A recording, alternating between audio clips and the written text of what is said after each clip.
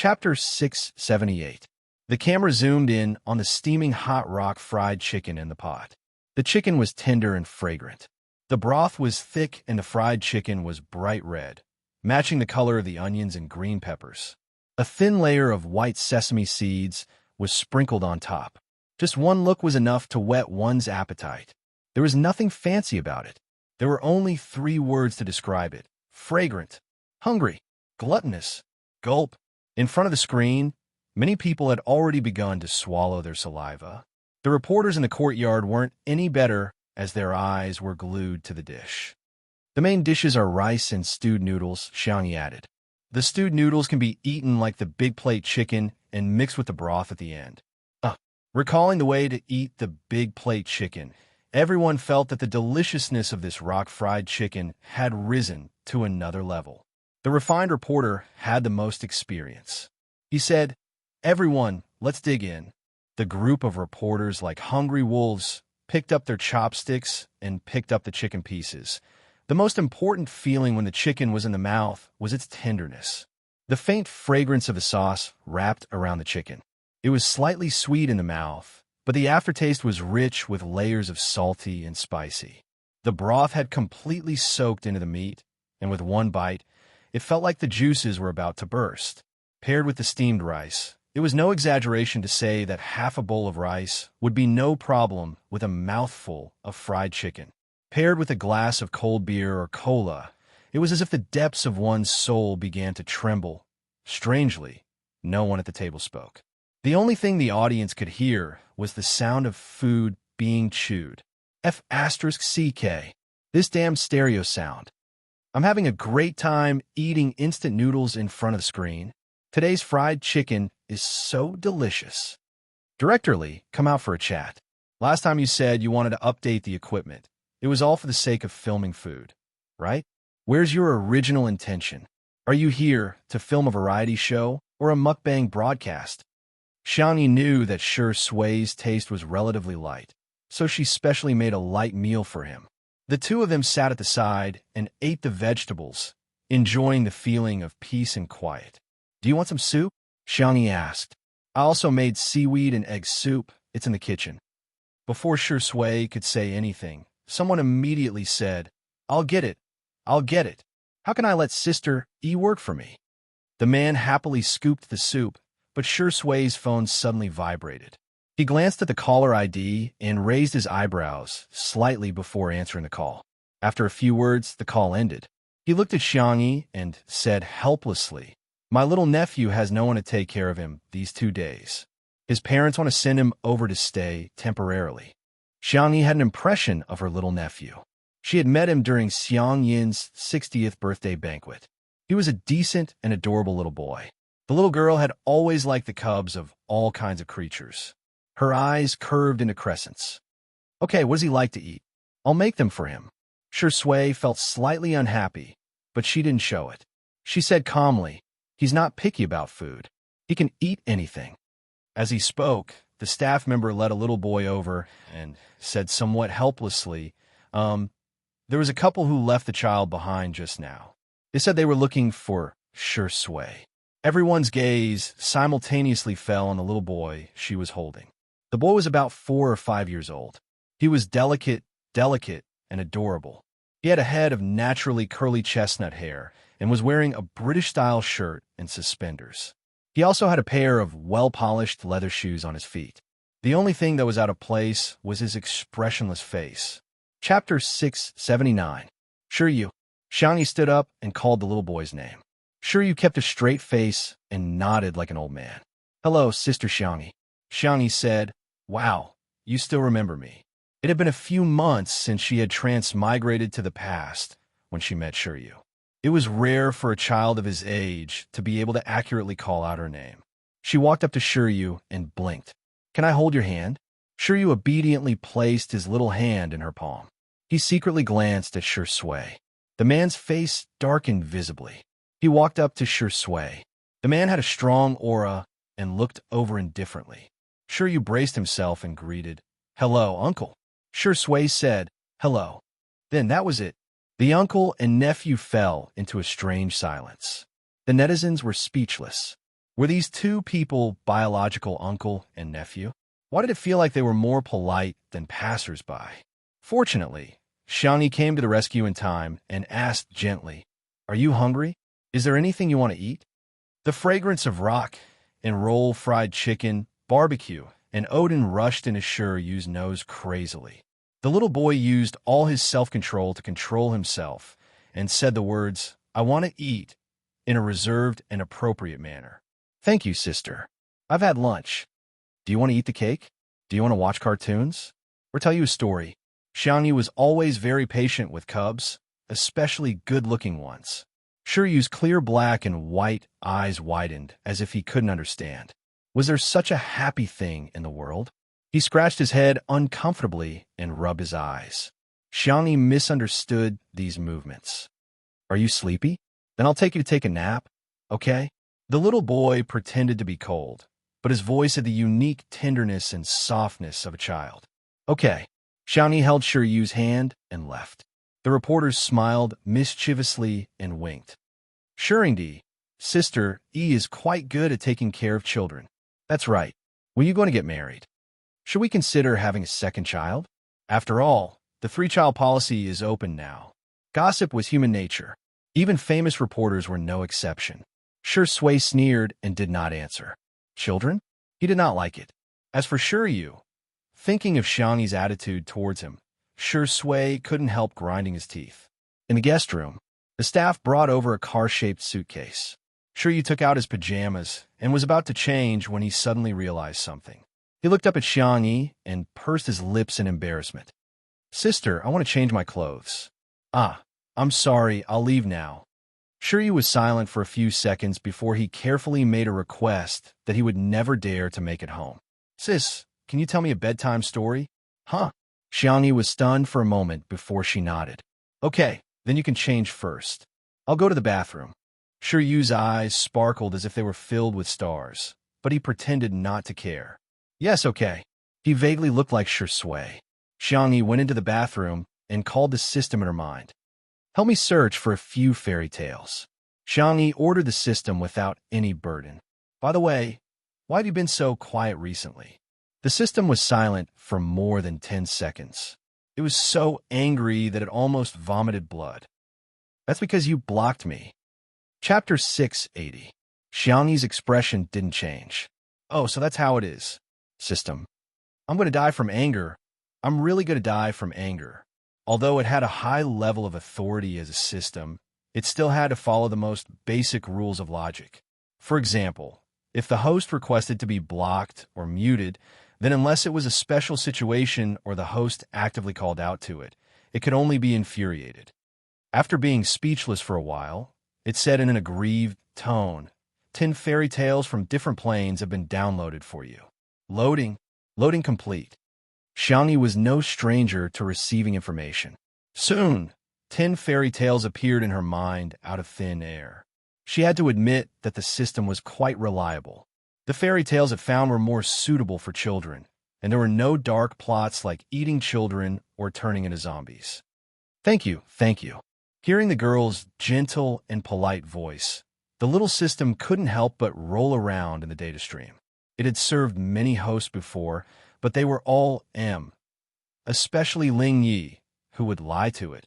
In any case, compared to them, Xiangyi was like the clouds in the sky and the mud on the ground. The new host is so good. She even knows how to say thank you. The little system was delighted when it heard the girl say the cruelest words in the most gentle tone. Continue blocking mode. Thank you. System.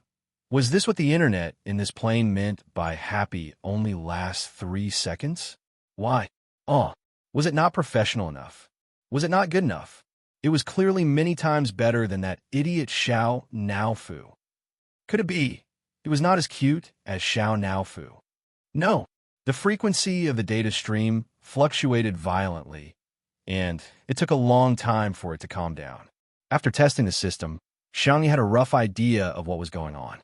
What she knew was that the so-called missions issued by the system didn't force her to complete them, and it even took the initiative to go easy on her. Xiao Naofu used to be so close to her, but if she couldn't complete the mission, it would punish her due to the restrictions of the rules. However, after the punishment, Xiao Naofu would cry especially miserably. In addition, the system's tolerance towards her was definitely abnormal. It was as if it wasn't in a hurry for Xiangyi to complete the mission in this world.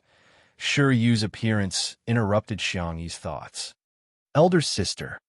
The little boy's voice was clear, and the outline of his round black eyes was soft. However, the corners of his eyes were curved upwards. It could be seen that he was somewhat similar to Shi Sui. When he grew up, he would probably also have affectionate peach blossom eyes. He changed into his blue and white checkered pajamas. Xiangyi felt that the cotton material looked familiar. You want to lie in bed and listen? Or do you want to sit there and listen and sleep when you're tired? Xiangyi pointed in the direction of the French window. This guest room was facing a good direction. At this time, the sun was shining brightly. The pea green curtains were pulled open, leaving a layer of lilac lace curtains, sprinkling light into the room. When the wind blew, the light seemed to jump. There was a row of tatami mats on the floor, as well as a soft couch and several pillows. Shi Yu clenched his little fists and resisted the temptation. He said seriously, "Sister, I'll just lie on the bed and listen." But Xiangyi smiled. "I want to listen to a story by the window." Shi Yu's eyes were obviously filled with joy, but he thought that he restrained it well. All right then, not making things difficult for a virtuous girl is the basic etiquette of a gentleman, he said with his baby fat face. Chapter 681. Xiangyi saw through the little boy's thoughts, but she did not expose him. She pulled Shi Yu to sit down. Shi Yu felt the softness of the sofa, and shock flashed through his young and round eyes. It turned out that there was such a comfortable thing in this world. He thought that this was enough happiness, but he did not expect that in the next second, Xiangyi would hand him a furry blanket and a rabbit doll. "Here for you." Under the sunlight, the exquisite girl was so white that it seemed to glow. Her skin was fair and clear. "Then I'll start talking." Shi Yu nodded stiffly and subconsciously hugged the little rabbit in his arms tightly. Soft. It seemed that everything in Sister Xiangyi's house was soft. Just like her. All of this was something that Shi Yu had never dared to imagine. The sun was warm, and Sister Xiangyi's voice was gentle. Shi Yu did not take long to feel sleepy. Even though he adhered to strict family teachings and paid attention to his sitting posture, he was still young. Not long after, the little one sank into the cloud-like softness. Prince Lemon found Princess Orange and told her that in this world, every fruit is different, but every fruit is worthy of love. Shi Yu was sleepy, but he still stubbornly asked, "Sister, what if no one likes it?" Xiangyi was deep in thought. For example, Princess Durian. Shi Yu used the fruit he hated the most as an example. His long eyelashes drooped, casting a faint shadow. What if no one in the world likes Princess Durian? Xiangyi was silent for a while and patted his little head. Maybe the prince who likes durian is still far away. If you wait a little longer, he will appear. Shi Yu's long eyelashes trembled. But what if he can't wait? Sister, you can't guarantee that your answer is 100% correct, right? After asking, he regretted it a little. Shi Yu had an ability to express and reason that exceeded his peers. In a sense, he could be called a genius. However, the people around him would always treat him like a child. Even if he could solve a problem that even adults could not solve, he would only receive an impatient sentence from his father. What's the use of solving this? Or they would be treated like monkeys by others. Shi Yu, come and perform a pie table. When he recited it, those people would often look surprised. Not bad, you're quite powerful. Then, he changed the topic, but he's still a child. Learning so much will spoil his brain. Who knows, I might accidentally become Shang Zhongyongs. You were smart when you were young, but now that you've grown up, you're just like everyone else. There were very few adults who could answer the questions he asked. Whenever they couldn't answer, they would come up with all sorts of excuses to brush him off. Children don't need to know these things. You'll know when you grow up. Go away, don't bother me. You can search for it on your phone, and you'll know. Over time, Shi Yu got used to it. He thought that if Sister Xiangyi couldn't answer his question, she would probably be put in a difficult position. She would also be worried about how to answer him perfunctorily. Unexpectedly, Xiangyi cupped her cheeks with her little hands and said in admiration, You're so amazing to think of such a problem. He was stunned for a moment. Then, he heard the girl say seriously, Everyone can have their own opinions and opinions. That's just my answer. What about you, Shiryu? What's your answer? Can you tell me? Chapter 682. Huh? Shiryu was stunned. There was no rebuttal, no ridicule, and no perfunctory attitude. Instead, she treated him like an adult, respectful and equal. This was beyond Shiryu's understanding. After his mind went blank for a moment, Shiryu clenched his fists excitedly and expressed his opinion. I think that other than the possibility that Sister mentioned, there is also another possibility. Perhaps Princess Durian will never be able to wait for her prince in her lifetime, and she might be hated by others. But it doesn't matter. She also hates others, so. The little boy hesitated for a moment and did not dare to say his true thoughts. He was so smart and sharp. So he was afraid that Xiangyi would guess that the Durian princess was himself. So Princess Durian lived a happy life alone? Xiangyi added the end. Did I guess right? Shiryu looked up at her and then lowered his head to look at his toes. Yes, you're half right. Xiangyi was very distressed. Her confused tone satisfied Shiryu to a certain extent. He deeply felt that he was needed. Xiangyi's sister was an adult, but he could help her answer this question. The little boy subconsciously straightened his back and said seriously, Because a person won't be happy. I see. I think what you said makes sense, Shiryu. But I want to refute. Just like you said, I can't prove that my answer is correct. Similarly, Shiryu, you're the same. Why can't a person be happy? Just like in this world, boys can be with girls, boys can be with boys, and girls can be with girls. However, even if you don't choose, I think it doesn't matter. People can choose to be with others, and of course, they can also choose not to be with others. As long as it's the lifestyle they like, it's fine. Even if Shiryu was a genius, the amount of information in Xiangyi's words was still too much for him. Xiangyi's point of view was something he had never imagined. Let me tell you a secret. Sister likes her family very much, her grandparents, her uncles, her brothers, and her boyfriend. But occasionally, she would want to be alone. I like to cook. I'm happy to cook for my family, but I'm also happy to cook for myself. It doesn't matter if Princess Durian can't wait for the prince. She can still be the little princess. Shiryu's dark eyes slowly brightened outside the door. Shui came over with desserts and warm milk. The live stream was still going on, but it could not be filmed in the guest room. Someone commented, Looks like Shirindi is cold on the outside, but warm on the inside. Although he's not affectionate with his little nephew, his body is very honest. Soon, a large number of comments appeared on the screen. Young man, you're too naive. I bet all of Wei Long's dignity that it's all for sister. I think Shirindi is jealous. Haha. The thought of his girlfriend being in the same room with another male creature, even if it's a child, must make him feel uncomfortable hearing the conversation between Xiangyi and Shiryu. Shui's first reaction was to turn off the microphone.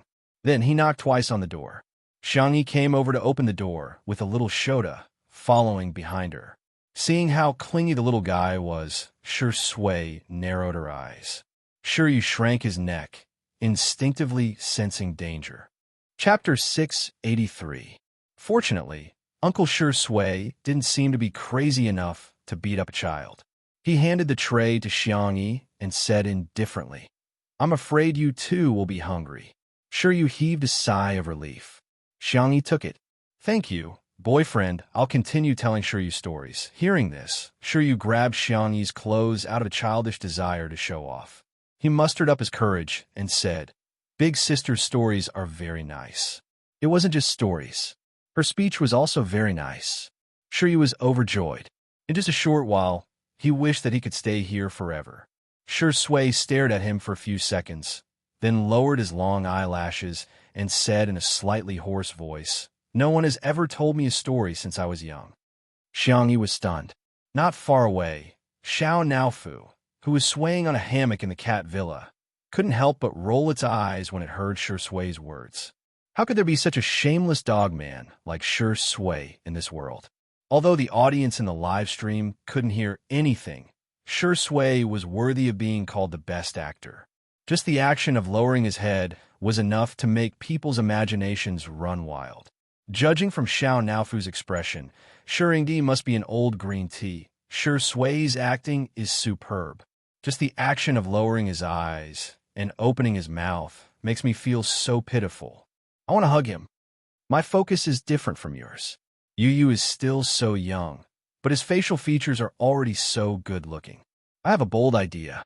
Yu, big sister can wait for you to grow up. Doghead. Xiaoni thought for a while, then asked tentatively, then, I'll tell both of you at the same time? Yu's expression was slightly resistant. Shui, however, curled his lips. Okay, thus, a certain best actor swaggered into the room, forming a sharp contrast with Shui's dark expression. Xiao Naofu. Meow, meow, meow. You. This dogman's tea skills are superb. After the three of them entered the guest room, the screen of the live stream went dark for a few seconds before changing to the courtyard. The audience was extremely anxious. Who wanted to watch these people eat and drink? Wouldn't that be too lonely? Everyone protested under the official Weibo account. Li Jinyu had a headache when he saw those comments. He was hesitating whether he should call Xiangyi and Shui out when the door opened. Xiangyi went to the living room and rummaged through the cabinets. He asked curiously, Sister Yi, what are you looking for? Do you need help? Xiangyi. Yellow paper, cinnabar. Li Jinyu was dumbfounded. What the hell? Something for drawing talismans. The girl's answer shocked Li Jinyu. Sister Yi, calm down. We can't engage in superstitious activities. Otherwise, the livestream room might be warned or banned. Sure, you can't sleep. It might be because of psychological reasons. I'll draw a talisman to coax him. Xiangyi looked calm. We have to believe in science. From a medical point of view, this is similar to placebo. Is that so? Li Jinyu was confused, but seeing how calm Xiangyi was, he didn't suspect anything. The girl took out her talisman drawing tools and spread the yellow paper on the table. She casually dipped it in cinnabar, and her movements were smooth and fluid. In just a moment, a talisman was drawn. The livestream audience was dumbfounded. It seems quite like that. However, there are also people who questioned, is it that casual? Drawing talismans is a very serious matter. One needs to bathe, change clothes, burn incense, and wash the brush. Xiangyi's drawing is simply child's play. Chapter 684. There are congenital and postnatal talismans. To put it simply, congenital talismans can only be drawn by geniuses. As the saying goes, a little bit of inspiration is a talisman. The ritual rules for postnatal talismans are complicated, and ordinary people draw postnatal talismans. However, Xiangyi drew postnatal talismans. You can choose not to believe it, but you can't be disrespectful, right? However, Xiangyi didn't have that many scruples. What she drew was a heart-calming talisman that she had learned in a certain immortal cultivation world, which had the effect of calming the mind. However, she was in her own world and didn't have the so-called dermic powers. There is also no spiritual energy in this world, so she felt that this talisman wouldn't have any substantial effect. It was just to coax children. Little did she know that the video of her drawing talismans was coincidentally seen by a certain talisman enthusiast. Professor Zhu had done a lot of research on traditional Chinese culture, especially the classics of mountains and seas, myths, and other aspects. His main job was as a history professor at Nanjing University, and his daily life was very healthy. Apart from teaching classes and guiding graduate students, he would refine herbal pills, take care of the flowers on the balcony, and various vegetables in the backyard. Ever since he had an exchange with a few Taoist priests at an academic event, he had developed a strong interest in talismans. Apart from analyzing the culture, history, and origins behind them, he would occasionally draw a few talismans for fun. After some scientific research, he discovered that it was indeed difficult to draw talismans. Apart from the superstitious factors, the drawing of talismans was complicated, just like traditional Chinese characters. It was already very difficult to remember. Secondly, the talisman maker was required to draw it in one go, without any interruptions. These two conditions had stumped a lot of people. Today, he came to attend a study report by a few graduate students. Before it was time, someone had already started watching the video. Professor Zhu wasn't like some old-fashioned teachers who were resistant to popular things. On the contrary, he was quite fashionable and trendy. He felt that as long as the students completed their study tasks, it was fine for them to play games and watch short videos. It was fine as long as it was moderate. Hence, not only did he not reprimand the students, he even held his thermos and watched the video with relish. The video of Xiangyi drawing talismans happened to be playing on his cell phone. At first, Professor Zhu thought that the girl was just fooling around and casually drawing a few strokes. But the moment Xiangyi really started drawing, Professor Zhu subconsciously held his breath. The girl's movements were calm and languid, as if she was drawing a freehand painting of mountains and rivers. A moment later, a talisman was formed in her hand. The student muttered, "What the hell is this? Why does it look like scribbles?" Professor Zhu suddenly slapped his thigh. "Good." The student was shocked and trembled in fear. "Teacher, I don't want to read anymore. I'll start reading now." However, he heard Professor Zhu's praises. "My brush strokes are divine, and I'm done on the first try. The painting technique is not restricted by form, so outstanding. A little spiritual light is a talisman. The people of the world have wasted ink and vermilion. This young lady is a talisman master." Student: "Where?" "Teacher, are you also spicy tutu? Why is it that when it comes to bootlicking, he's even better than me?" On the other side, at a Taoist temple in South City, a young Taoist also saw the video of Xiangyi drawing talismans. He rubbed his eyes and confirmed it again. Then, he ran away and shouted, "Master, master! Someone drew the same talisman as martial ancestor. What nonsense are you spouting?" The immortal-like Taoist stroked his beard. When he saw the talisman in the video clearly, his pupils instantly trembled. "It's actually a heart-cleansing talisman." Chapter 685. What nonsense are you talking about? The sage-like Taoist priest stroked his beard. When he saw the talisman in the video clearly, his pupils instantly trembled. It was actually a mind-cleansing talisman.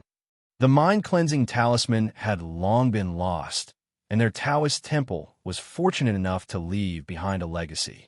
Unfortunately, because this talisman was too difficult, it had been lost in the generation of the Grandmaster. The reason why his little disciple could recognize it was because the Grandmaster had left behind a few talismans when he was alive. Unfortunately, although he had the talisman, the drawing technique had been lost. He had painstakingly studied it for many years, but he had only scratched the surface. How could such a young girl draw such a profound and obscure talisman? "Master, why can this sister draw it, but you can't?" The little Taoist priest shook his head and asked. He saw that this sister's drawing wasn't that difficult. The Taoist priest was speechless. "Nonsense. Of course it's because I'm a noob." However, how could he say that in front of his little disciple? He carried his long sword on his back and flicked his horsetail whisk like a master in a Xinsha novel. "Disciple, stay in the temple. I'm going to go down the mountain and visit this little friend Xiangyi." The little disciple was confused. "Master, you're not even familiar with her, and you're already calling her a friend?" The little disciple hesitated. "Well, master, hey, say no more. I've already made up my mind. No matter how you persuade me, I won't change my mind. You want to go with me? That won't do. I don't know when I'll be back. What if you encounter any danger and I can't protect you?" The little disciple's mouth twitched. "Master, what I want to say is that your sword has been sharpened. It won't pass the high-speed railway security check." In the manor's guest room, in response to the strong requests of the livestream viewers and Yu's approval, Li Jinyu brought old Zhang into the guest room to film. Yu was so sleepy that his head was bobbing up and down, but he was still sitting cross-legged. Shui, who was sitting opposite him, was slowly pouring a cup of hot tea for Xiangyi. Seeing Xiangyi come in, Yu forced himself to stay awake. Because of his sleepiness, the little boy's voice became soft. "Sister," Xiangyi took out the talisman from behind and said with a smile, "Here, this is the lucky spell that Prince Lemon gave to Princess Durian. It has been enchanted by the witch. If you put it under your pillow to sleep, you will sleep soundly. Sure, you already had the concept of Santa Claus is fake and fairy tales are all lies. He blinked twice. He clearly knew that Xiangyi was coaxing him, but he liked it so much. The little boy carefully placed the talisman paper under the pillow as if it was a precious treasure. Xiangyi tucked him in. "Good afternoon." Sure, you stole a glance at Sure Sui and said boldly, "Good afternoon, sister." Suddenly, a large number of viewers in the live stream were shouting that they wanted to steal the cute baby. Sure, you had never slept well, but for some reason, not only did he fall asleep very quickly today, he even had a particularly beautiful dream. After the little boy fell asleep, Xiangyi pulled Sure Sui away. After carefully closing the door, Xiangyi sighed. Sure Yu is so obedient. He must be very easy to take care of.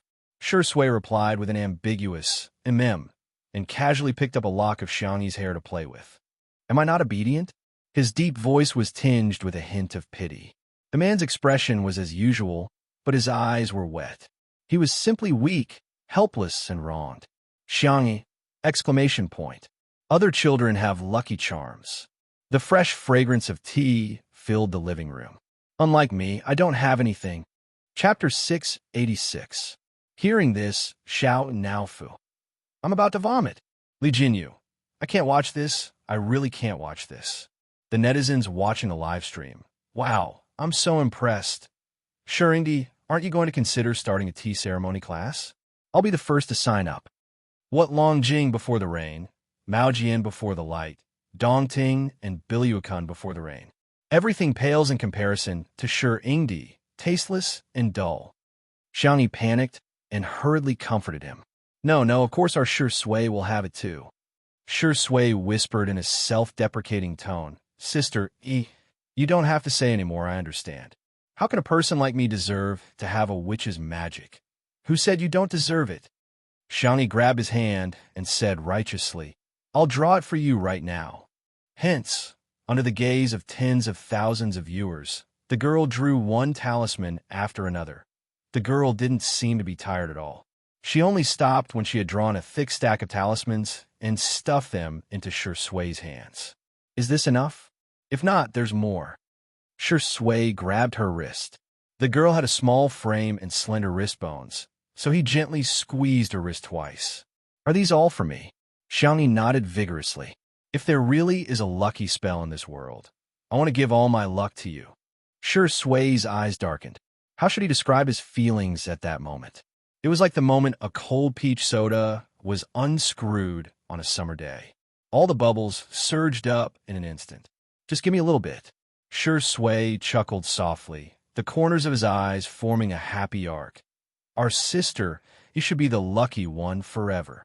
In the live stream, the viewers had already gotten used to the public display of affection. What kind of love is this? Every single dog is stuffed to death, but no couple is innocent. KDL. Today is another day where I'm going to knock myself out and roll around in bed. Professor Zhu invited his friend to help host a report while he himself watched the live stream of Two Under One Roof intently. The student was in a daze. Hashtag what if my teacher is more addicted to the internet than me? Hashtag when Xiangyi drew talismans for Sure Sui. Professor Zhu was amazed. In the eyes of ordinary people, Xiangyi was just blindly drawing. But in his eyes, every stroke of Xiangyi's was exquisite beyond compare. It contained ancient history, traditional culture, and the inheritance of faith. How was this drawing talismans? This was simply art. Taoist Ren was forced to change his peachwood sword and take the high-speed train to Nanshan. His eyes were fixed on the phone, and the passers-by beside him shook their heads. This was truly the era of entertainment to death. Even Taoist priests were following variety shows. Little did they know that Taoist Ren was so shocked that he was speechless. Heart-cleansing talisman, safety talisman, house-guarding talisman. Most of them were talismans that he had never seen or heard of in his life. Not only did the variety of talismans make him dumbfounded, but what was even more surprising was that Xiangyi drew one talisman after another without taking a break in between. Drawing talismans was very taxing on the mind, and he had to rest after drawing one talisman. His master could draw up to 3 talismans at most, and it would be difficult for him to continue after that. But this little friend Xiangyi, how is this a painting? It was more like a photocopier. Taoist Run was trembling as he forwarded the video to his peer group. Fellow Taoists, if you don't watch this video, you won't be Chinese. Some people in the group saw this and sneered. What kind of ridiculous rumors did old Ren forward to the group? Chapter 687. It was nothing more than something along the lines of, how did an old woman in her 60s achieve enlightenment? Or good writing. Repost it to your friends to keep your house safe. When they clicked on the video, they saw a fair-skinned and calm girl drawing talismans with a cinnabar brush. It was nothing more than, wait a minute, it was done in one go. If that was all, it wouldn't be a big deal, but every subsequent one was the same. Moreover, the variety of talismans and their difficulty was beyond the imagination of these Taoist masters. When the last second of the video ended, the screen went black again. Several blank faces were reflected on the screen. Who exactly was this little friend? The group that had been silent for a long time suddenly became lively. Taoist masterman from Baiyun Temple. What's this little friend's name? Where does she live? Does anyone know? Taoist Master Su from Yuchuan Temple. Taoist Master Ren from Qingshui Temple. Long time no see, I miss you. Taoist Master Yu from Yongla Temple. Taoist Master Ren from Qingshui Temple. You and I have known each other for many years. Even if we're not brothers, we're closer than brothers. Can you reveal some information about this little friend? For a moment, everyone rushed to tag Taoist Master Ren. Taoist Master Ren, who had always been hated by everyone in the group, suddenly became the most popular person in the group. In the living room, Li Jinyu was too curious and directly entered the camera. He squatted between Xiangyi and Shui and asked, Sister E, is this talisman really useful? Is there a fortune talisman? It can make me rich in minutes. Or buy a lottery talisman for sure. Xiangyi, no. Li Jinyu didn't give up and squeezed closer to her. With a flattering smile, he said, Sister E, we're all on the same side. It's okay to be a little bit metaphysical. Shui's expression didn't change. She grabbed his collar with one hand and pulled him towards her. Even his clothes couldn't touch Xiangyi. It was full of possessiveness. Li Jinyu put his index finger and thumb together and rubbed it a few times. This action looked inexplicably wretched. In the stream, ah, son, you're so ugly that I'm your father. Sure enough, there's no harm without comparison. Son, your face is so much bigger than Sister Yi's, Shuringdi. Sister Yi, look at me. I'm not greedy. Arrange it with the Peach Blossom Talisman, as long as you can recruit a few guys with 8-pack abs. Xiangyi said sternly, you shouldn't have such a mindset. Wake up. There is no such thing as metaphysics in this world. The world is unified by matter. Matter is in motion, and there is a law to its motion. Laws can be recognized, and recognition can develop and change. Li Jinyu, the audience in the streaming room, the reporters who were about to say their goodbyes were dumbfounded when they heard Xiangyi's serious words. So, Sister E, was this materialistic? So, do you understand? Li Jinyu suddenly felt ashamed. Understand what? Xiangyi said bitterly. What should we believe? Believe in science. Li Jinyu was instantly enlightened and exclaimed, Okay, Xiangyi, I'm enlightened. The audience was dying of laughter. What King enlightenment? What the hell are you trying to comprehend? The next second, a certain black-bellied actor calmly said, Li Jinyu, there seems to be a dark shadow behind you. Li Jinyu, who was easily frightened, screamed crazily. Ah! Chapter 688. Xiangyi, Shui, live stream viewers. Shuringdi is so mean, haha, I can understand the first part, but what the hell is with Xiao Moshin transformation? What do you guys know? Our son is giving us a vivid performance of the pragmatism of the Chinese. We'll believe in whatever spirit it is. TSK, this is the same as putting Confucius, Newton, and Einstein on the table before an exam. Li Jinyu's expression was like a frightened chicken. providing fresh material for the emoji community in the ghost section. Xiangyi held back her laughter. No, he's lying to you. Turn around if you don't believe me. No. Li Jinyu would rather die than give in. What if I get sent away when I turn around? Just a moment ago, he had been afraid that Xiangyi would engage in futile activities, but now he was frantically begging Xiangyi. Sister E, please give me a talisman.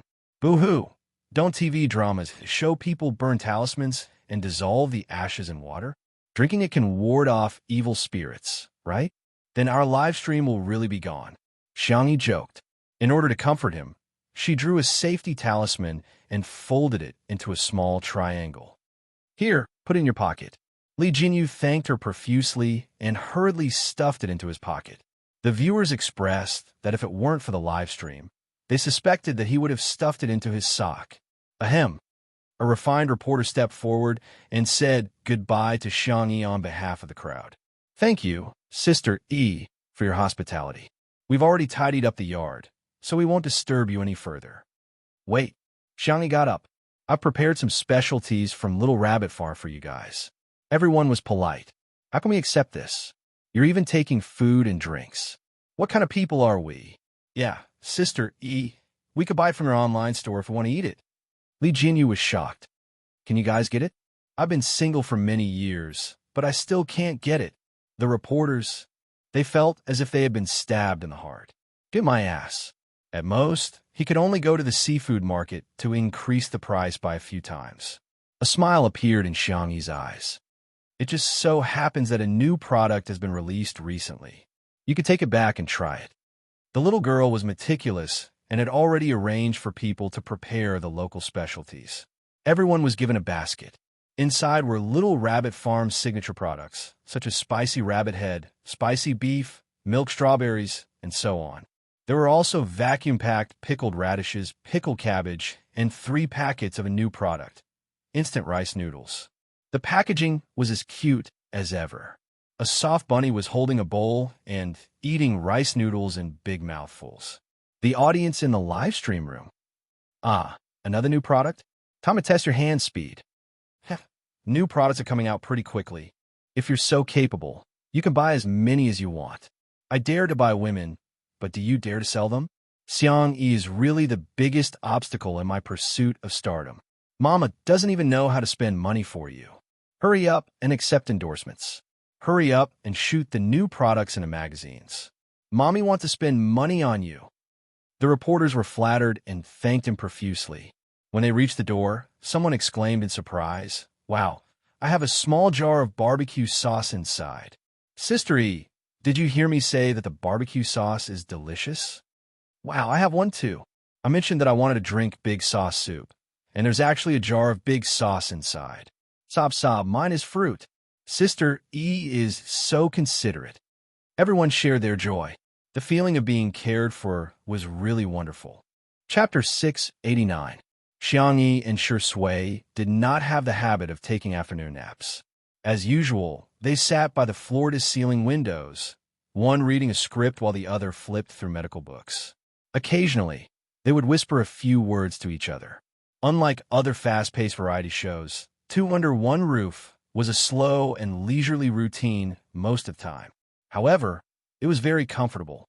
Their lifestyle was also imitated by many people. Many people would often turn on the live stream and turn down the volume before doing their homework or reading. Not only did they calm down, but they also improved themselves. Around 2 o'clock, Shiryu woke up.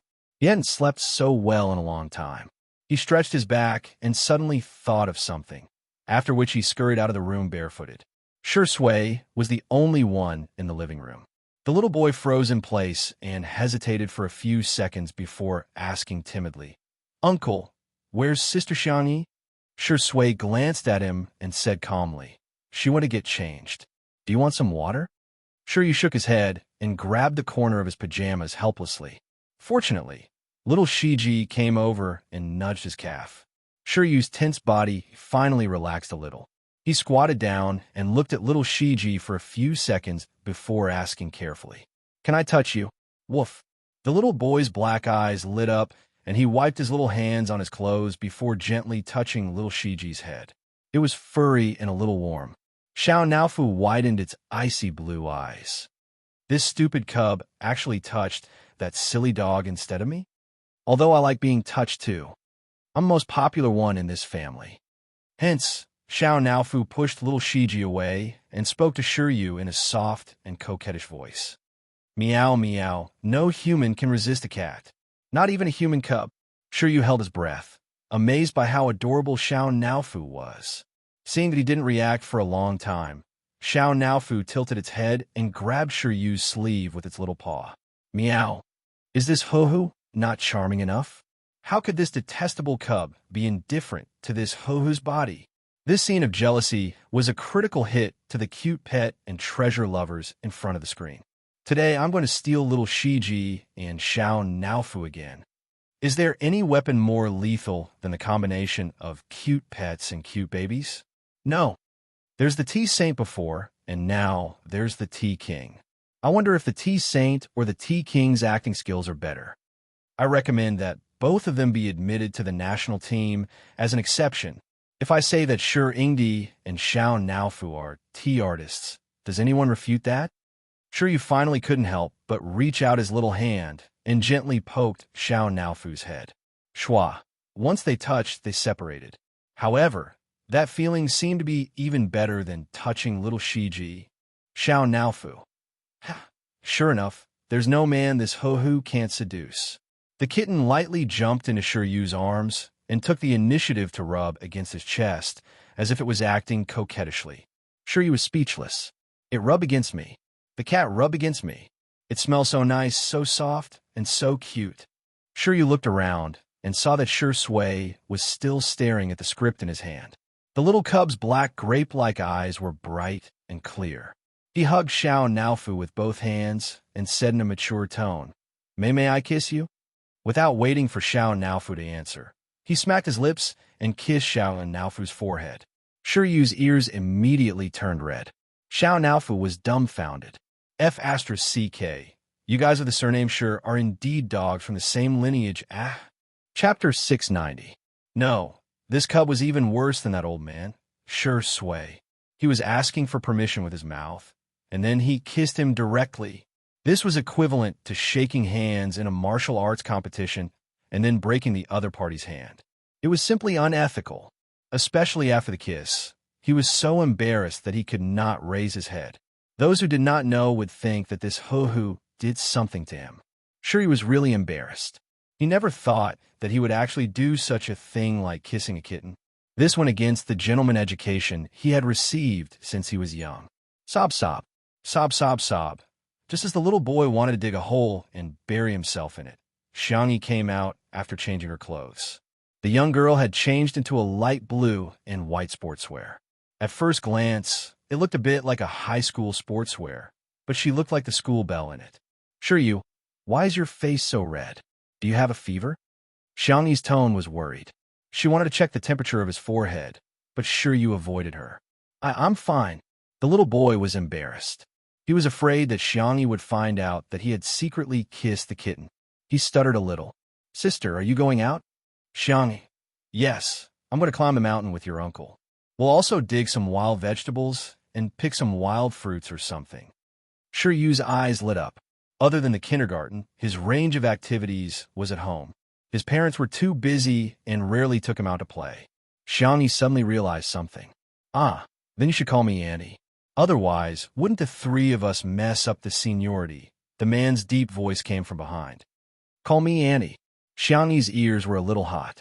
Don't talk nonsense. However, under his uncle's kind gaze, Shiryu shrank his neck and called out obediently. Auntie Xiangyi. Now, there was one more person who was embarrassed. Shi Sui's thin lips curled up. This little boy was obviously more pleasing to the eye. He ruffled his hair. If you want to go and change your clothes. Shiryu cannot wait. I'll go now. Shiryu changed his clothes as fast as he could and took the initiative to put a thermos cup, toilet paper, chocolate, and other items into his small school bag. It could be said that he saved the adults a lot of trouble. Xiangyi asked if she wanted to help him carry the backpack, but the little boy shook his head decisively. Auntie, I can do it myself. If you need it, I can carry it for you. The audience in the live stream was wailing. Sure enough, other people's children were different. Oh my God, how did you teach your child to be like this? Sure Yu's ability to take care of himself is too strong. He doesn't look like a young master from a wealthy family at all. Why is Sure Yu such a gentleman? Not only does my brother not help me carry my bag, but he always makes me carry his bag for him. If you don't take it, you're rolling on the ground and crying. Xiao Naofu also insisted on going, so Xiangyi decided to bring it along with little Shiji. Someone commented in the live stream, "Wow, this is like a family of 3 bringing a cat and a dog for an outing." Someone immediately retorted, "Bullsh asterisk T. They're clearly 2 dogs. You there? Sure, you doesn't deserve a name? Oh, what a joke. Is little Shiji our sure sway dog?" When the audience saw these comments, they were about to die of laughter. When they clicked on the personal homepages of the accounts that were defaming Sure Sway, the netizens made an even more shocking discovery. Many of these people were actually Sure Sway's sister. A term rose on the hot search list. Hashtag fandom's confusing behavior reward hashtag. Chapter 691. The entry originated from a Joker blogger. She summed up the confusing behavior of fans in the entertainment circle in recent days. For example, a certain popular starlet sneaked in her fan group and was kicked out. A certain new rapper and anti-fans had hundreds of posts. The most hilarious ones were the actions of Spicy Tutu and Sure Sway sisters. Raising money for investment, illegal fundraising, reporting, receiving help. Sao Rue, you haven't announced anything yet. So what if you're anti-fans? As fans, we're even more anti-fans. Among them, Spicy Tutu reported the female Durban and won a little red flower from the internet police.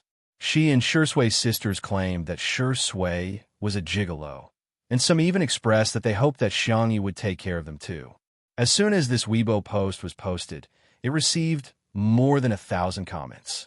I've laughed my head off so many times. Spicy Tutu is so cute. Not only is she Buddhist, she's also so silly. Sure Sway's sisters didn't used to be like this. Why do I feel like she's been assimilated by Spicy Tutu? Of course, the Sure Sway sisters would never admit that they were as silly as Spicy Tutu. Don't remind me. We're very aloof? Okay. As for Xiangyi, I guess I'll just make do with her. At the manor. After packing up, Xiangyi and the others were ready to set off with the production crew. As soon as they walked out of the door, they heard a loud and hurried shout. "Xiangyi, hold on. Oh, is he looking for Sister E?" Everyone turned to look at him and was stunned. The person was wearing an old blue Taoist robe with his long hair tied up in a crown. He carried a peachwood sword on his back and held a white horsetail whisk in his hand. He looked like an immortal. Of course, that was if one ignored the fact that he was carrying a big iron pot. The netizens watching the live stream were confused. This scene seems familiar. It reminds me of San Mao Bro, Hades. Huh, so what if you're carrying a big bowl? Look at how big his pot is. Xiangyi was also very confused, but she still nodded politely. "Hello, may I know what you're looking for me for?" Taoist Ren was excited. "Little friend Xiangyi, I'm here to ask for your guidance." Xiangyi, everyone, viewers in the live stream room. As the saying goes, fellow disciples are friends. Little friend Xiangyi, although we've only met by chance today, in my heart, I've already treated you as an old friend of mine for many years. When it came to being thick-skinned, Taoist Run was invincible. In the live stream, this person is a scammer? Could it be an actor hired by the production team? I just like small plots without a script. If there was a script, I wouldn't want to read it. That's right, that's right. Aren't we just watching this for fun? Look at the beauty, look at the food, and look at the beautiful scenery. Li Jinyu, son, don't forget your original intention. In the next second, Taoist Ren cupped his hands towards Xiangyi. There's no precedence when it comes to learning.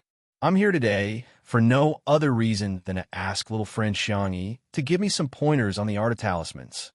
Everyone, what the hell? Talismans? Was he referring to the messy things that Xiangyi had drawn? Xiangyi, you're being too serious. How can I give you pointers? I'm just drawing casually. At this moment, a few more cars drove over in the distance. Professor Zhu got out of the car first, then helped an old man with white hair, followed by a few young people who looked like students. Miss Xiangyi, please forgive me for taking the liberty of disturbing you.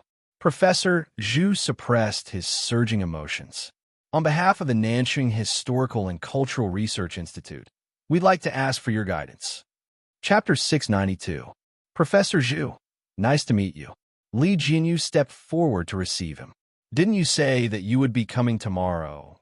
The Research Institute had indeed contacted the production team, but the appointed time was tomorrow. The production team felt that this was not only a good thing for Xiangyi, but also a good way to educate the public about history and culture. Hence, they readily agreed. Professor Zhu said in surprise, "Well, I'm the one who can't wait to meet Miss Xiang." The gray-haired old professor next to him spoke up.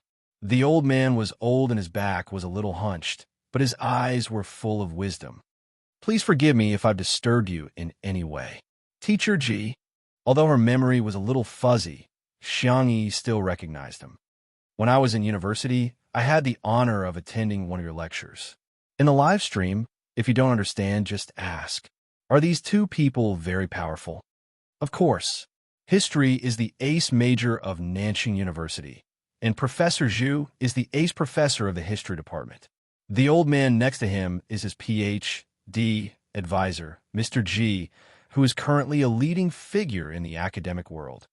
Everyone was even more surprised after learning the identities of the two. Such a powerful figure actually asked for Xiangyi's advice? Oh my God, just how impressive is Sister E. Due to the sudden visit of Taoist Run, Mr. Ji, and Professor Zhu, the matter of going up the mountain had to be put on hold for the time being. Everyone returned to the living room, where Xiangyi personally brewed some tea and sat down obediently on the sofa. Shi Sui sat next to her, and the two of them looked like super straight-A students who were waiting for the teacher to ask them questions. They were calm and composed. Mr. Ji and Professor Zhu were excellent at maintaining their composure. The two of them slowly tasted Xiangyi's tea, and their eyes lit up. Good tea. Taoistron couldn't help but ask, Xiangyi, where did you learn talismans from? Xiangyi naturally couldn't disclose the fact that she had transmigrated, so she casually said, I don't have a master. I'm just doing my own research for fun. Taoistron didn't continue on this topic, thinking that Xiangyi must have had her own opportunities. He immediately praised, You're really a genius. A genius. Genius. In the cultivation plane, Xiangyi had seen too many amazing talisman crafting geniuses. She had always thought that her standard was very average. Now, she was embarrassed by the compliments. You flatter me. No. These are all words from the bottom of my heart. I've studied talismans for several decades, and I've only scratched the surface. Little friend Xiangyi is so young, but she has such accomplishments. If she was in the ancient times, she would definitely be someone who would establish a sect and become an immortal. The bullet screen was filled with laughter. The Taoist priest is too good with words. It is recommended to publish the book on the spot.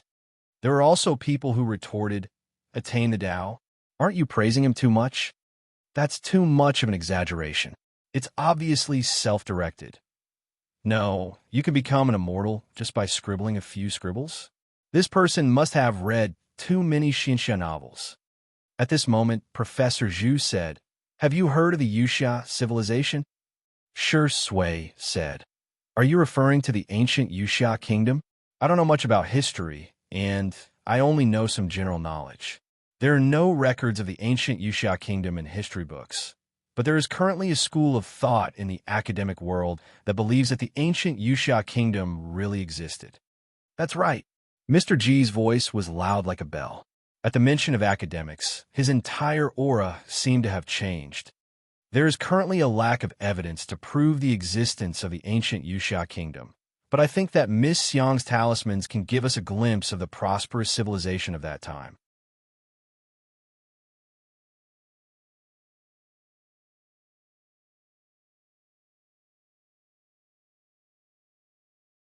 Chapter 694. He pulled out his peach wood sword, stuck a talisman on it, and threw the sword into the air. The live stream viewers, Oh my God, can he really fly on a sword? In the next second, the peachwood sword hit Taoist Ren's head, and he let out a shrill scream. Ouch, it hurts!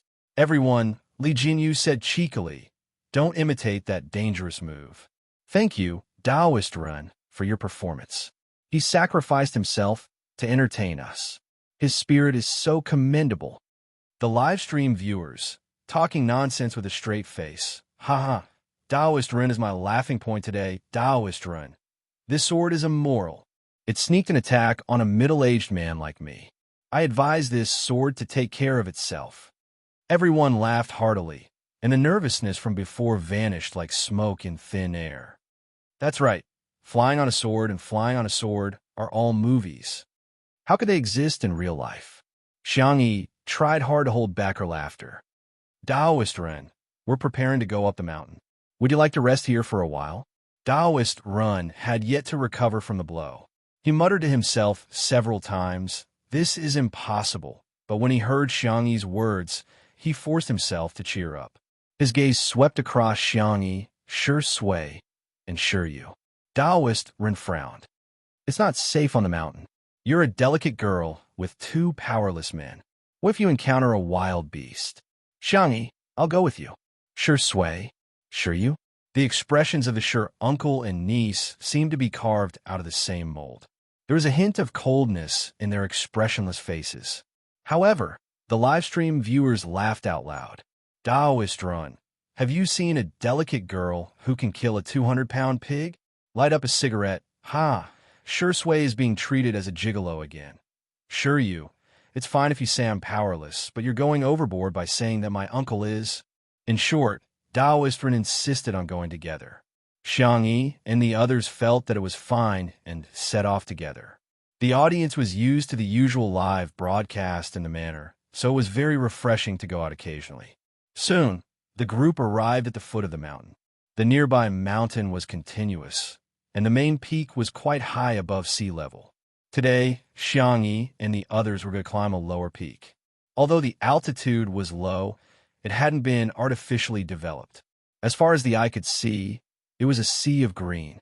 The air was fresh and pleasant, and the chirping of birds and cicadas could be heard. The mountain stream was so clear that one could see the bottom.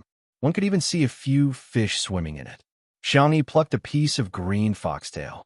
The young girl was very skillful. She weaved a little rabbit for Shi Yu to play with. Shi Yu thanked him obediently and held it in his hands as if he had obtained a treasure. He even pretended as if nothing had happened and waved his hand in front of Shi Sui. The little kid's subtle desire to show off was greatly satisfied. Uncle, I have it, but you don't. The next second, Shi Sui spoke softly, adding a touch of tea fragrance to the forest. Sister Yi, can I have a little rabbit too? Xiang Yi said without hesitation. Sure, sure.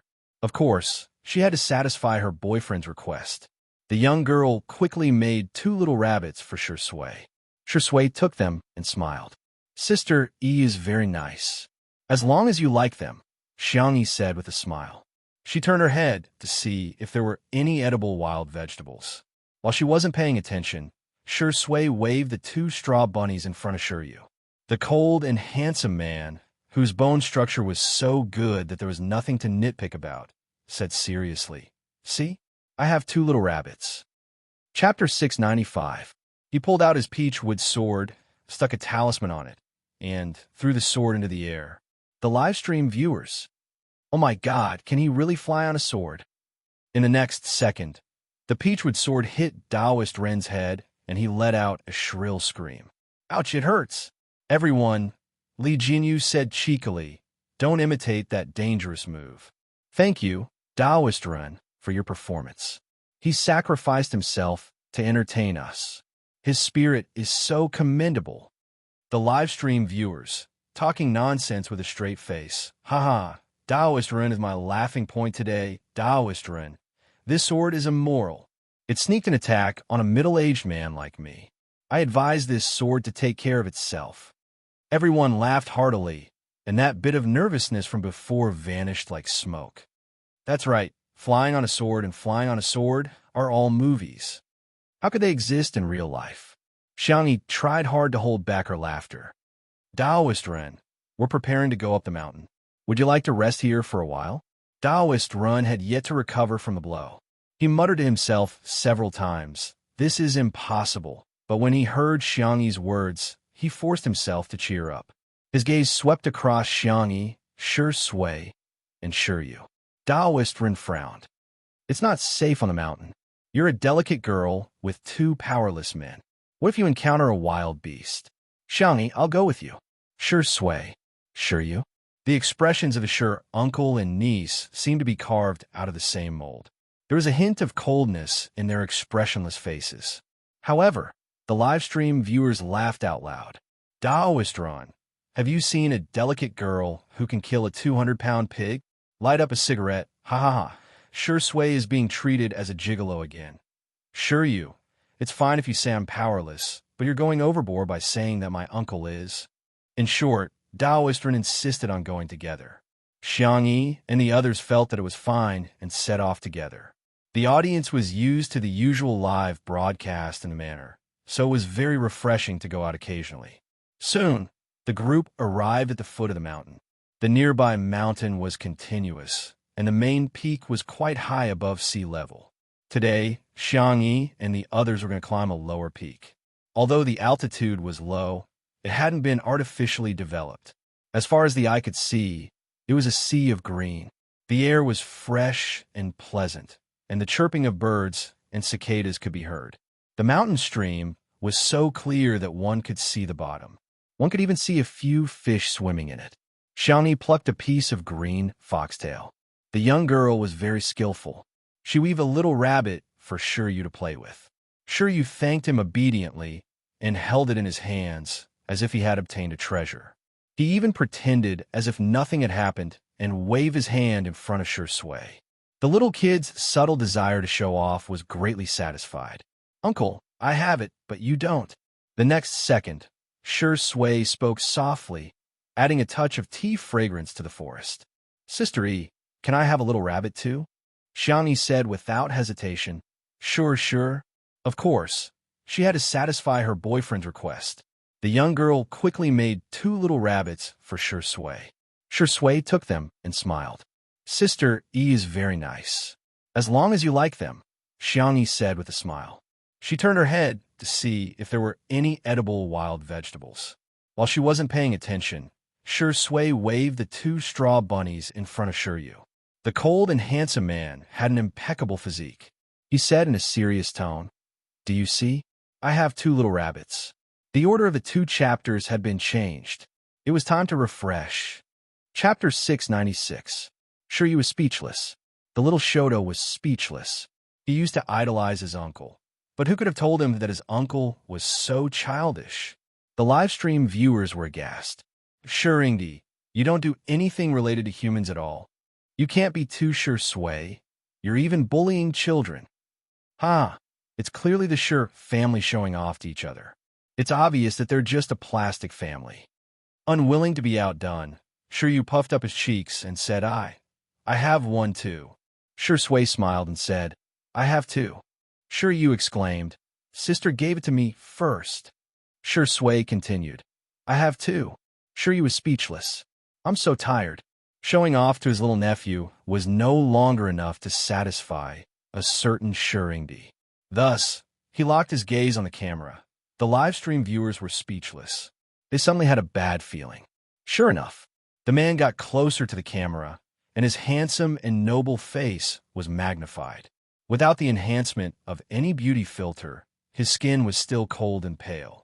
When he smiled, it was bewitching. This is a little rabbit that Sister E made for me. Shui raised his left hand and then his right.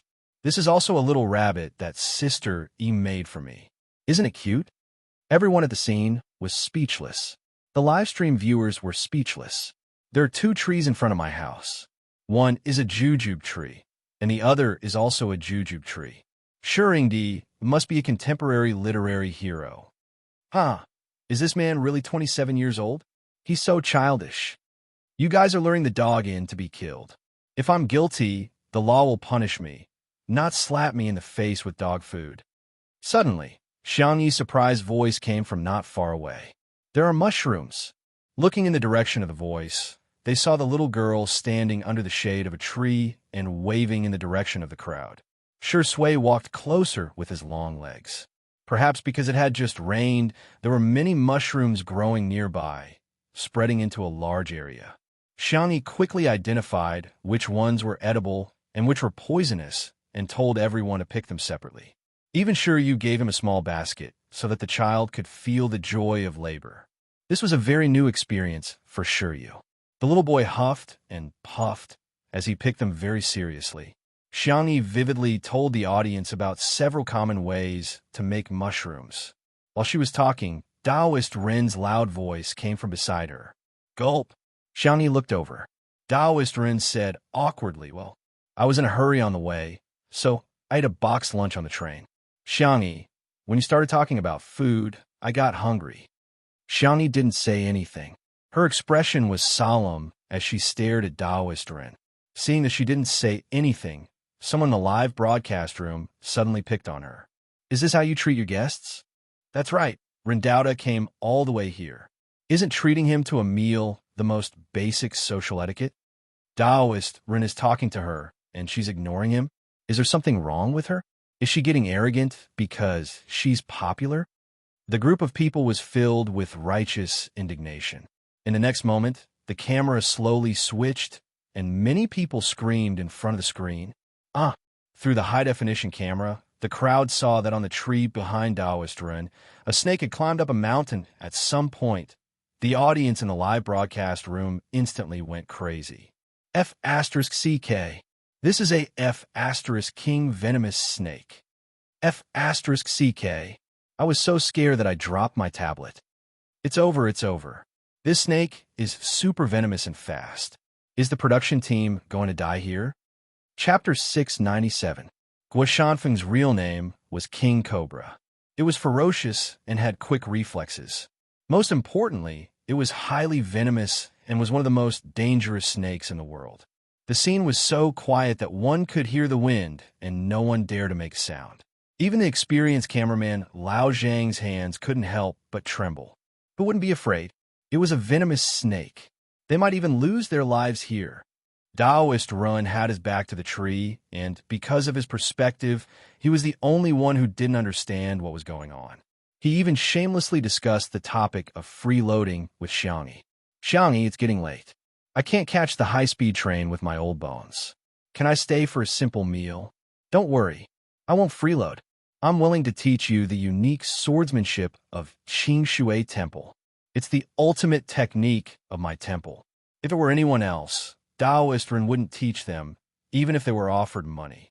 However, Xiangyi was different. She had selflessly taught him the talisman, so he naturally had to return the favor. The viewers in the live stream were so scared that they didn't even dare to breathe. Their typing was trembling. Taoist Ren, shut up. I'm so scared that Guo Shanfeng will bite you first. Oh my God, I'm going to cry. What should we do? It's just climbing a mountain. How could there be such an accident? I've already called the police and the fire department, forestry bureau, and zoo rescue. I hope they can make it in time. However, I think everyone is in danger.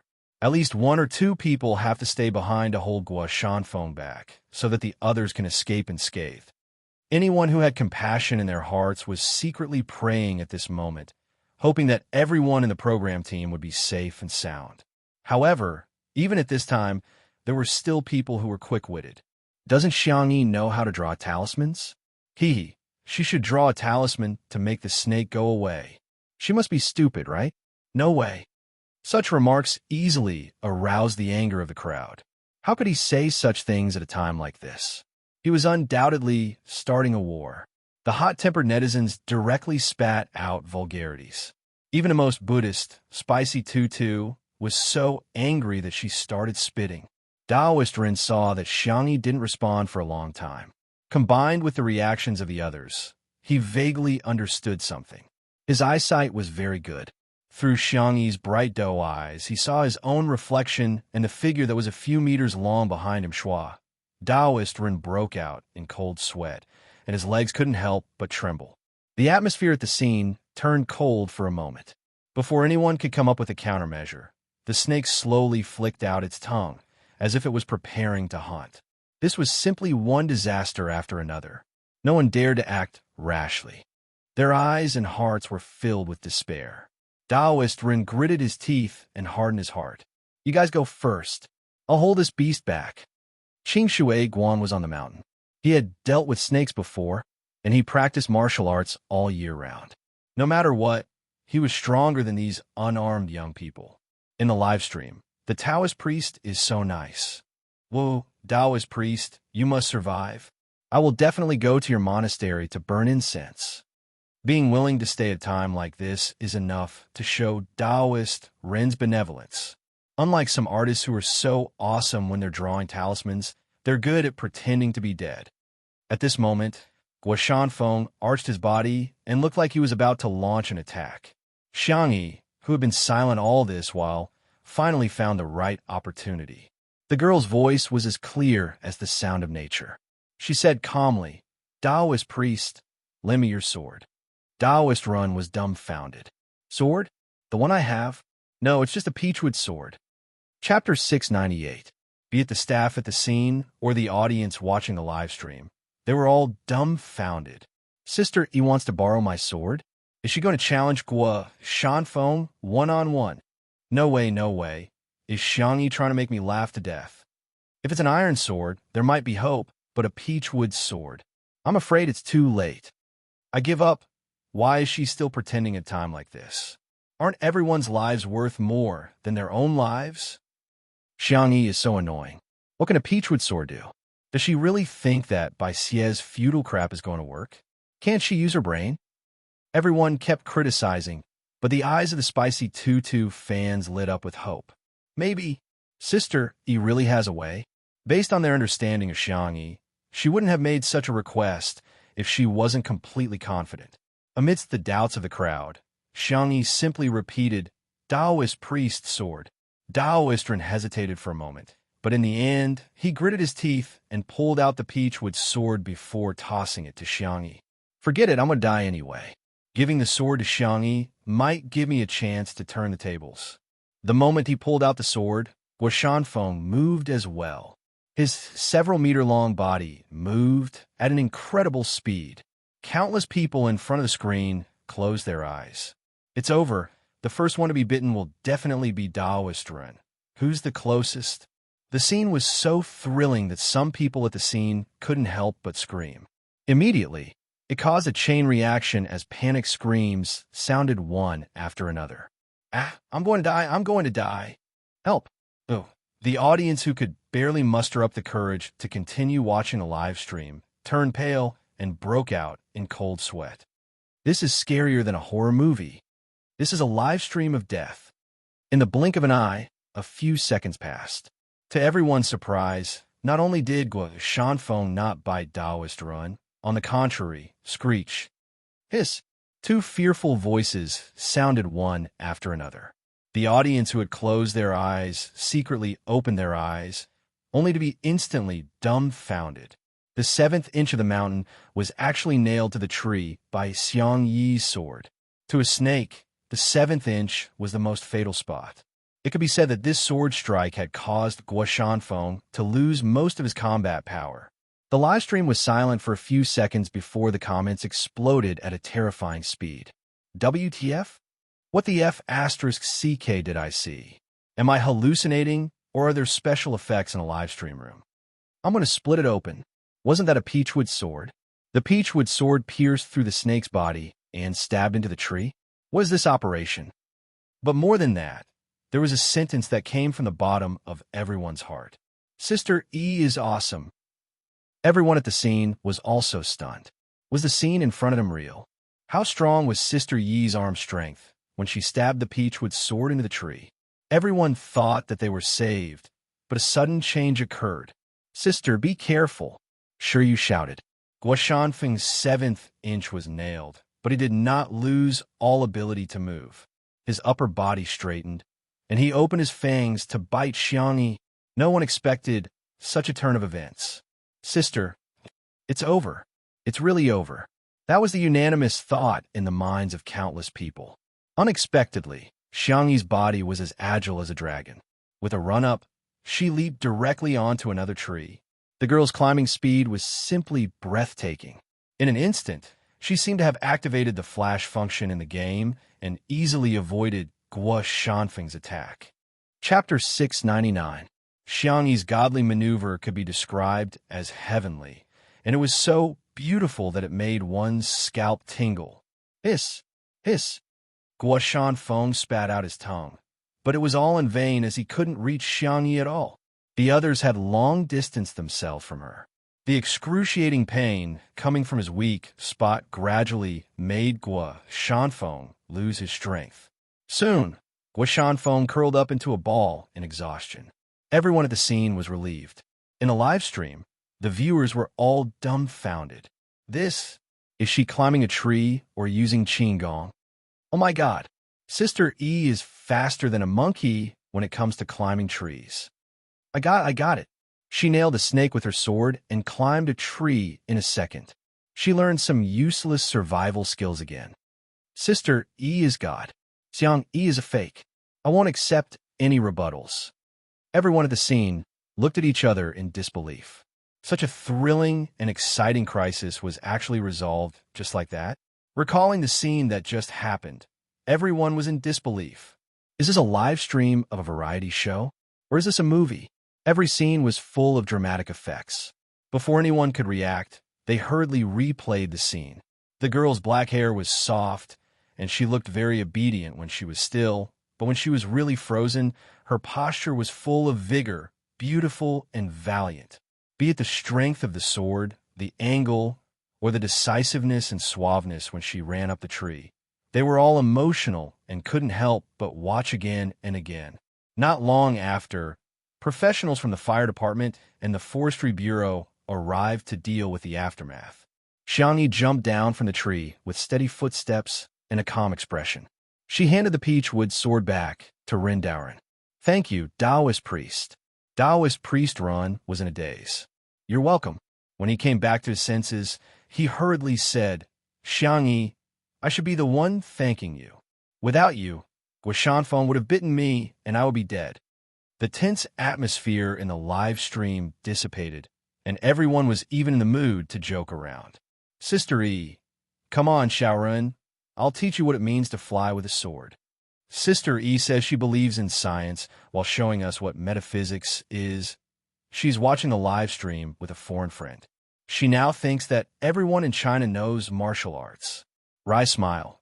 On the internet, someone edited the video of the confrontation between Xiangyi and Guo Shanfeng. As soon as it was uploaded, it received hundreds of thousands of likes. Related trending searches rose steadily, dominating the charts in minutes.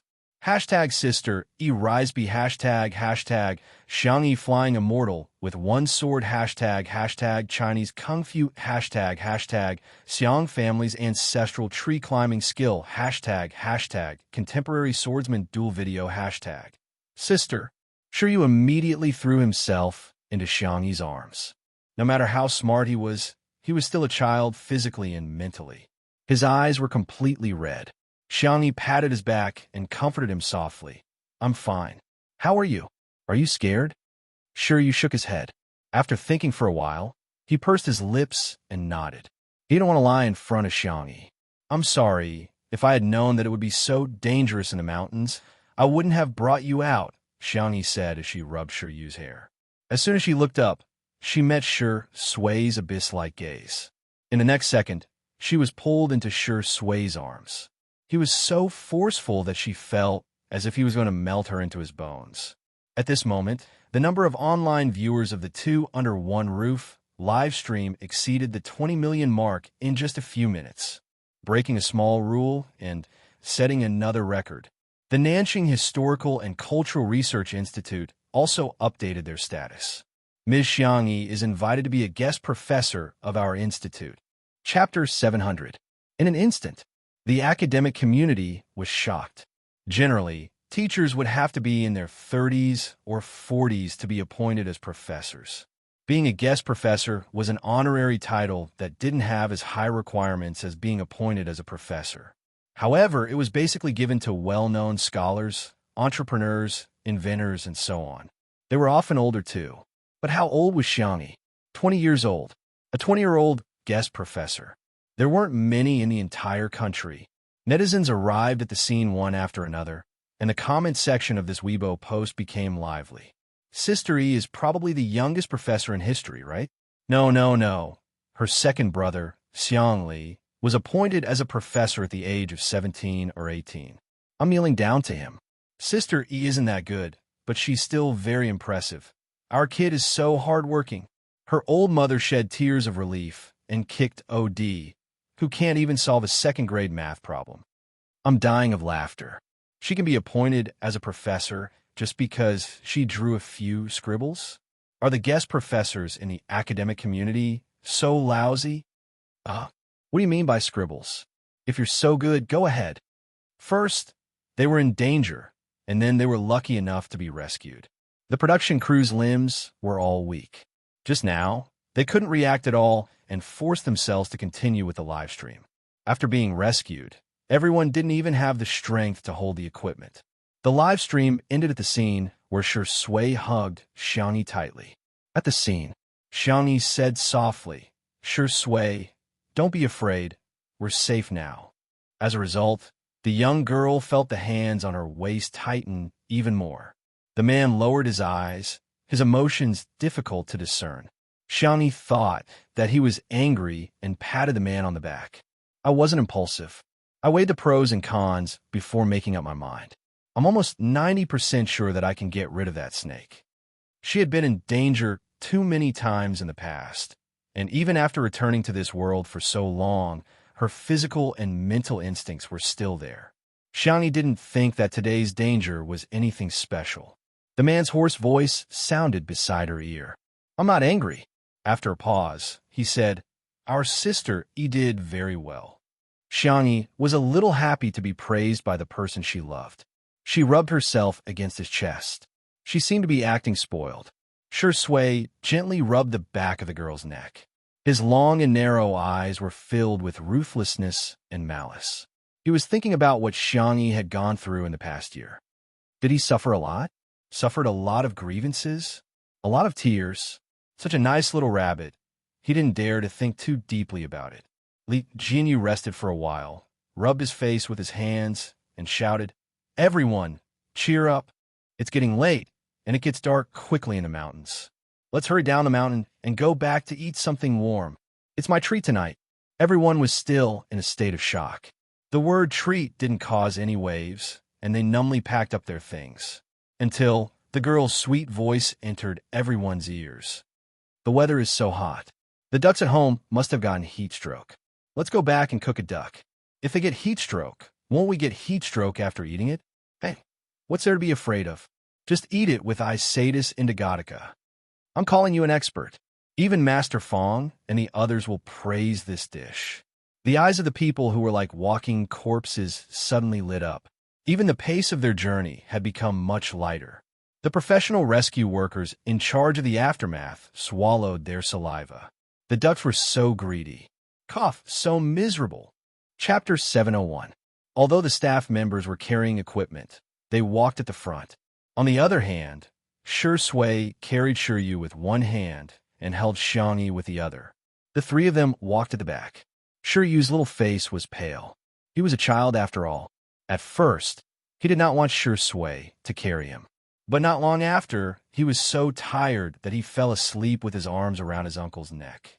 His thick and long eyelashes cast a shadow, soft and obedient. The little boy was so cute that Xiangyi could not help but take a few more glances at him. Shui's expression did not change. She turned Shiryu's little head to her other shoulder. Xiangyi watched the road. The man reminded her in a low voice. Xiangyi muttered softly, stingy. Oh, ahem, little uncle said that he will come over tonight. He will be so happy to see Shiryu. Little Uncle Xiangfeng was famous for liking children. Unfortunately, he had been single since birth and could only take care of other people's cute children. Even after such a thrilling experience, Shui's shirt was still neat and tidy. However, she took off her gold-rimmed glasses. Without the glasses blocking her peach blossom eyes, the visual impact was too strong. He said in a muffled voice, Do you like Shiryu very much? The sun was setting in the west, and the evening wind was gentle.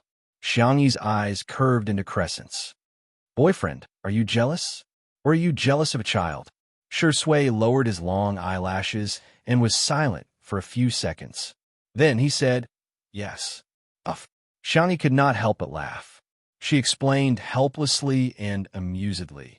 Liking Shiryu is different from liking you. Also, I think Shiryu is very much like you. When I see him, I always think about what you were like when you were young. After all, the two of them were 7 years apart. Xiangyi had missed his childhood. In her impression, Shui was already a calm and gentle big brother next door when she first met him. Therefore, it was difficult for her to imagine Shui when he was young. Shiryu's appearance made up for this regret. Are you curious?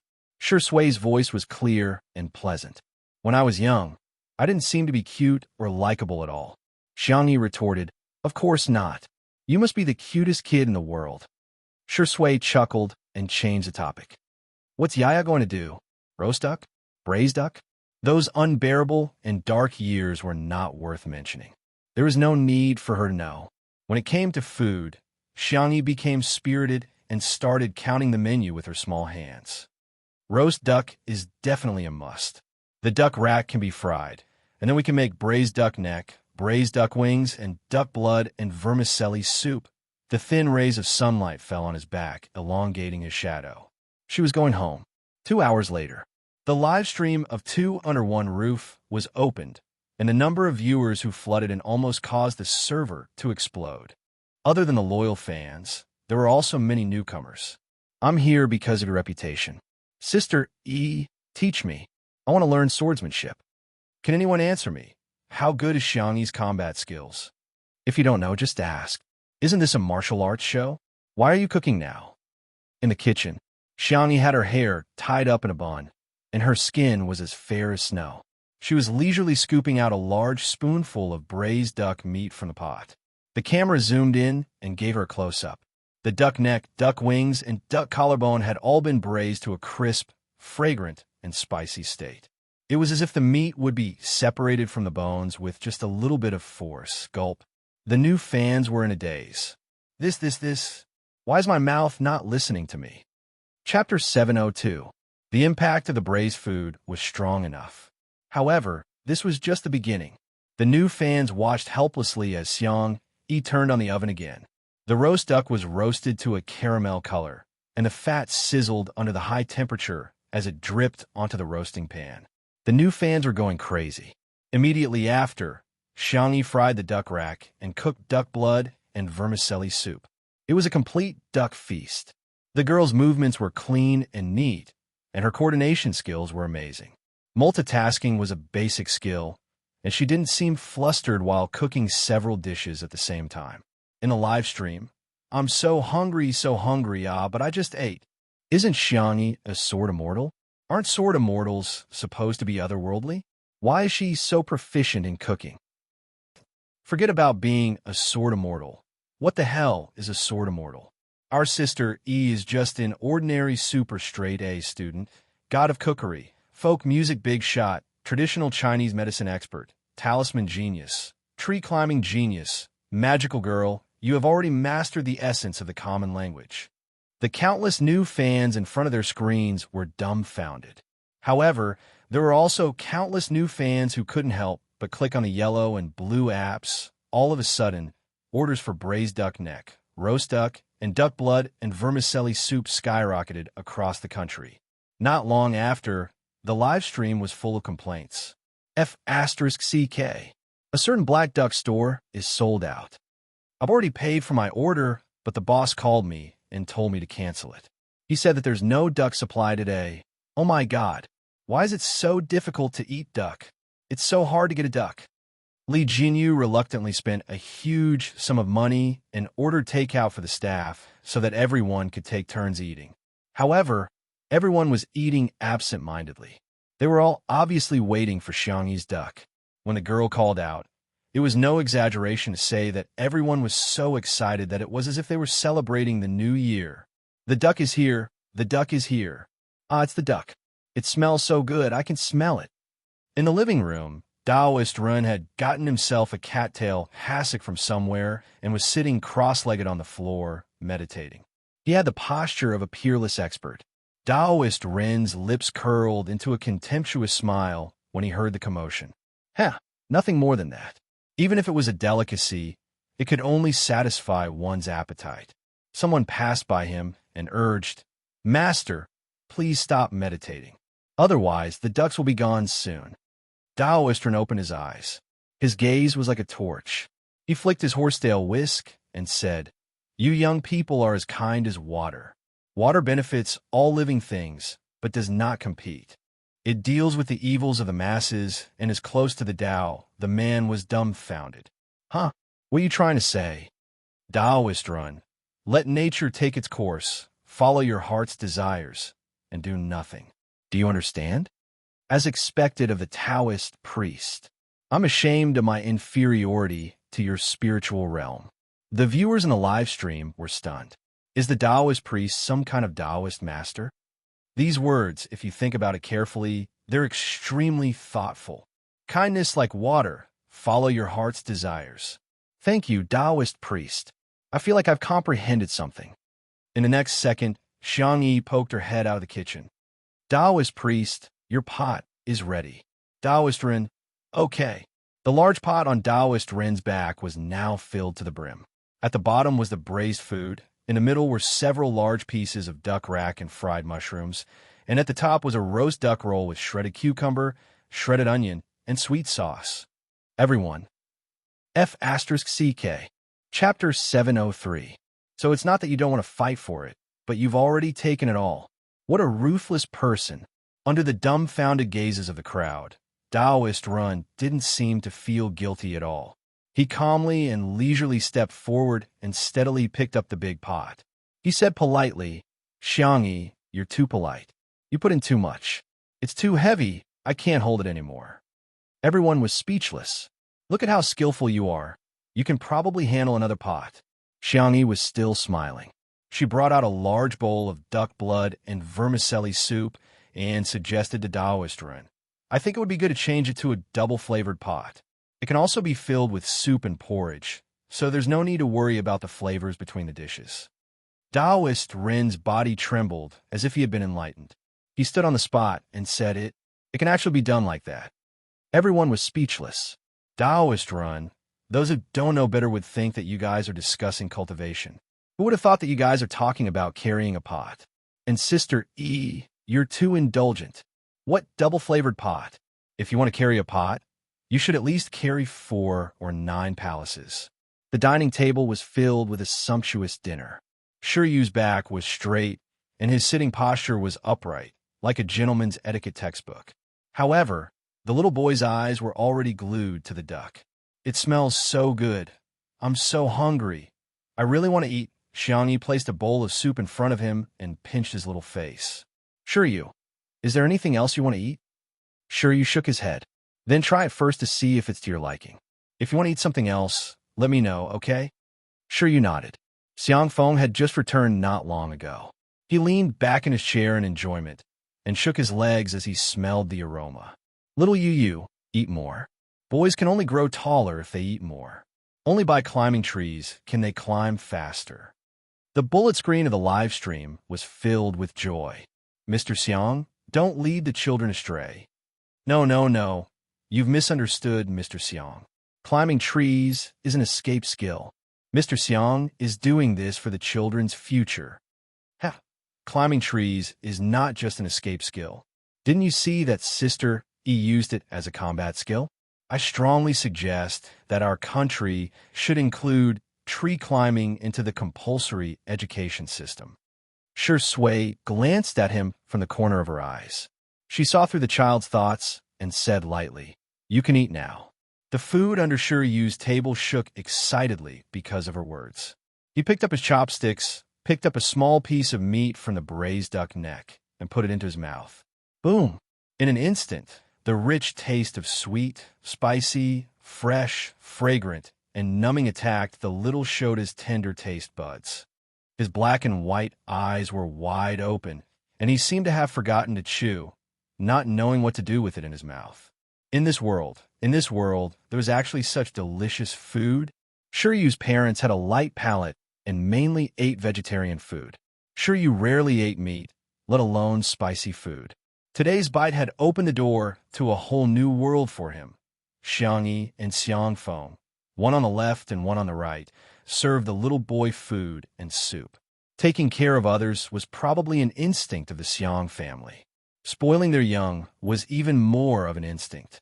Thus, in a trance, Shiryu experienced the feeling of happiness that was described in the cartoon. The uncle and nephew of the Xiang family even had a friendly discussion. Children are actually quite easy to take care of. Yeah, who said it's hard to take care of children?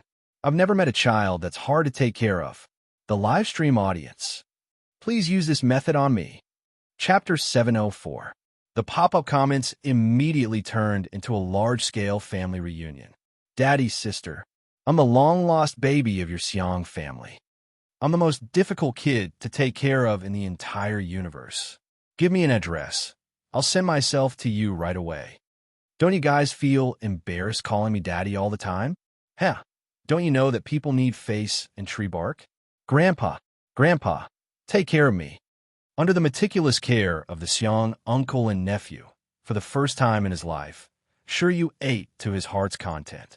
In the end, the little boy ate until his belly was round and round. While burping, he couldn't help but drink a few mouthfuls of duck blood and vermicelli soup. Xiangfeng let him take a shower, then turned around and asked Shi Sui, I'm going to take this little brat for a swim after the shower. Taoist priest Shi Sui, are you guys coming?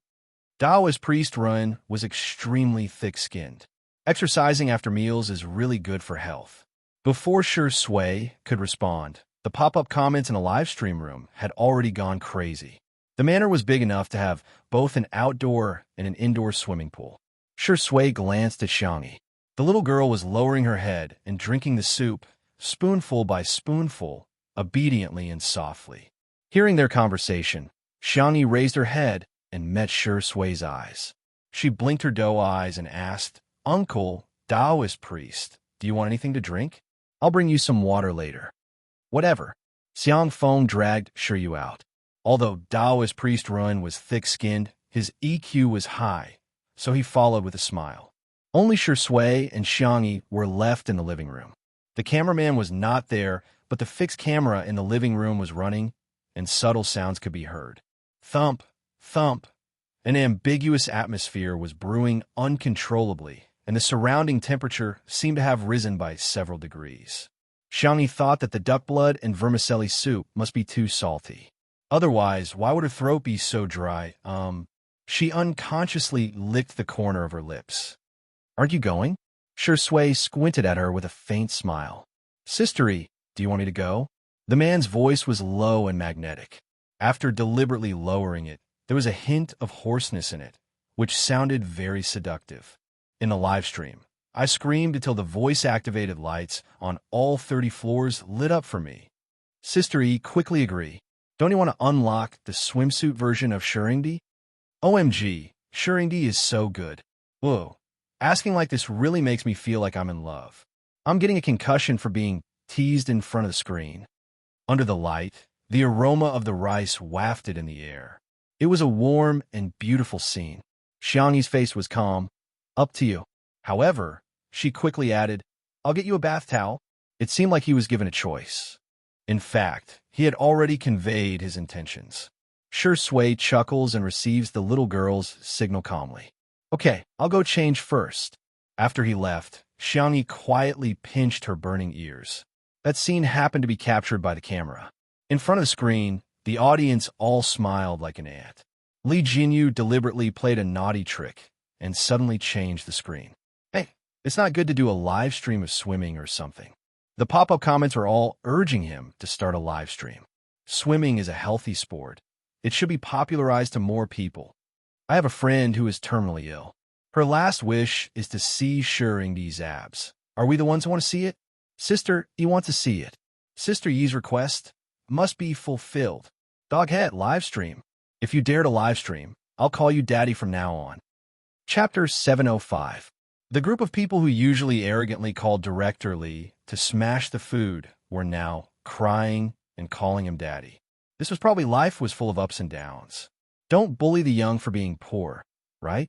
Xiangyi prepared a few drinks and distributed them to the crew. The camera panned over, and the audience in front of the screen almost burst out laughing. In the courtyard, the crew took turns to eat the duck banquet, just like a large zombie feeding scene. Everyone was desperately stuffing food into their mouths. The lighting engineer and the sound collector were fighting online for a mouthful of the duck rack. The makeup artist and her assistant were tearing each other's hair out over the last bowl of duck blood vermicelli soup, and the cameraman who was eating and laughing maniacally in the live stream. Duck, duck, have a safe trip. Ha ha, another one has gone crazy. Sister E, you must have drugged the duck? With Xiangyi sour plum soup, strawberry orange juice, peach-flavored water, and soy milk, a new round of fighting broke out. Xiangyi didn't know whether to laugh or cry. She wanted to go to the kitchen to make more supper. Li Jianyu said, "You can film the food too. I'll get old Zhang to switch to the camera for the live stream." In the next second, Ruan Qing pushed Xiangyi towards a swimming pool. Sister E, go give Shui and the others some water first. Many female audience members in front of the screen chuckled. Indeed, women knew women better. Director Li was just a younger brother.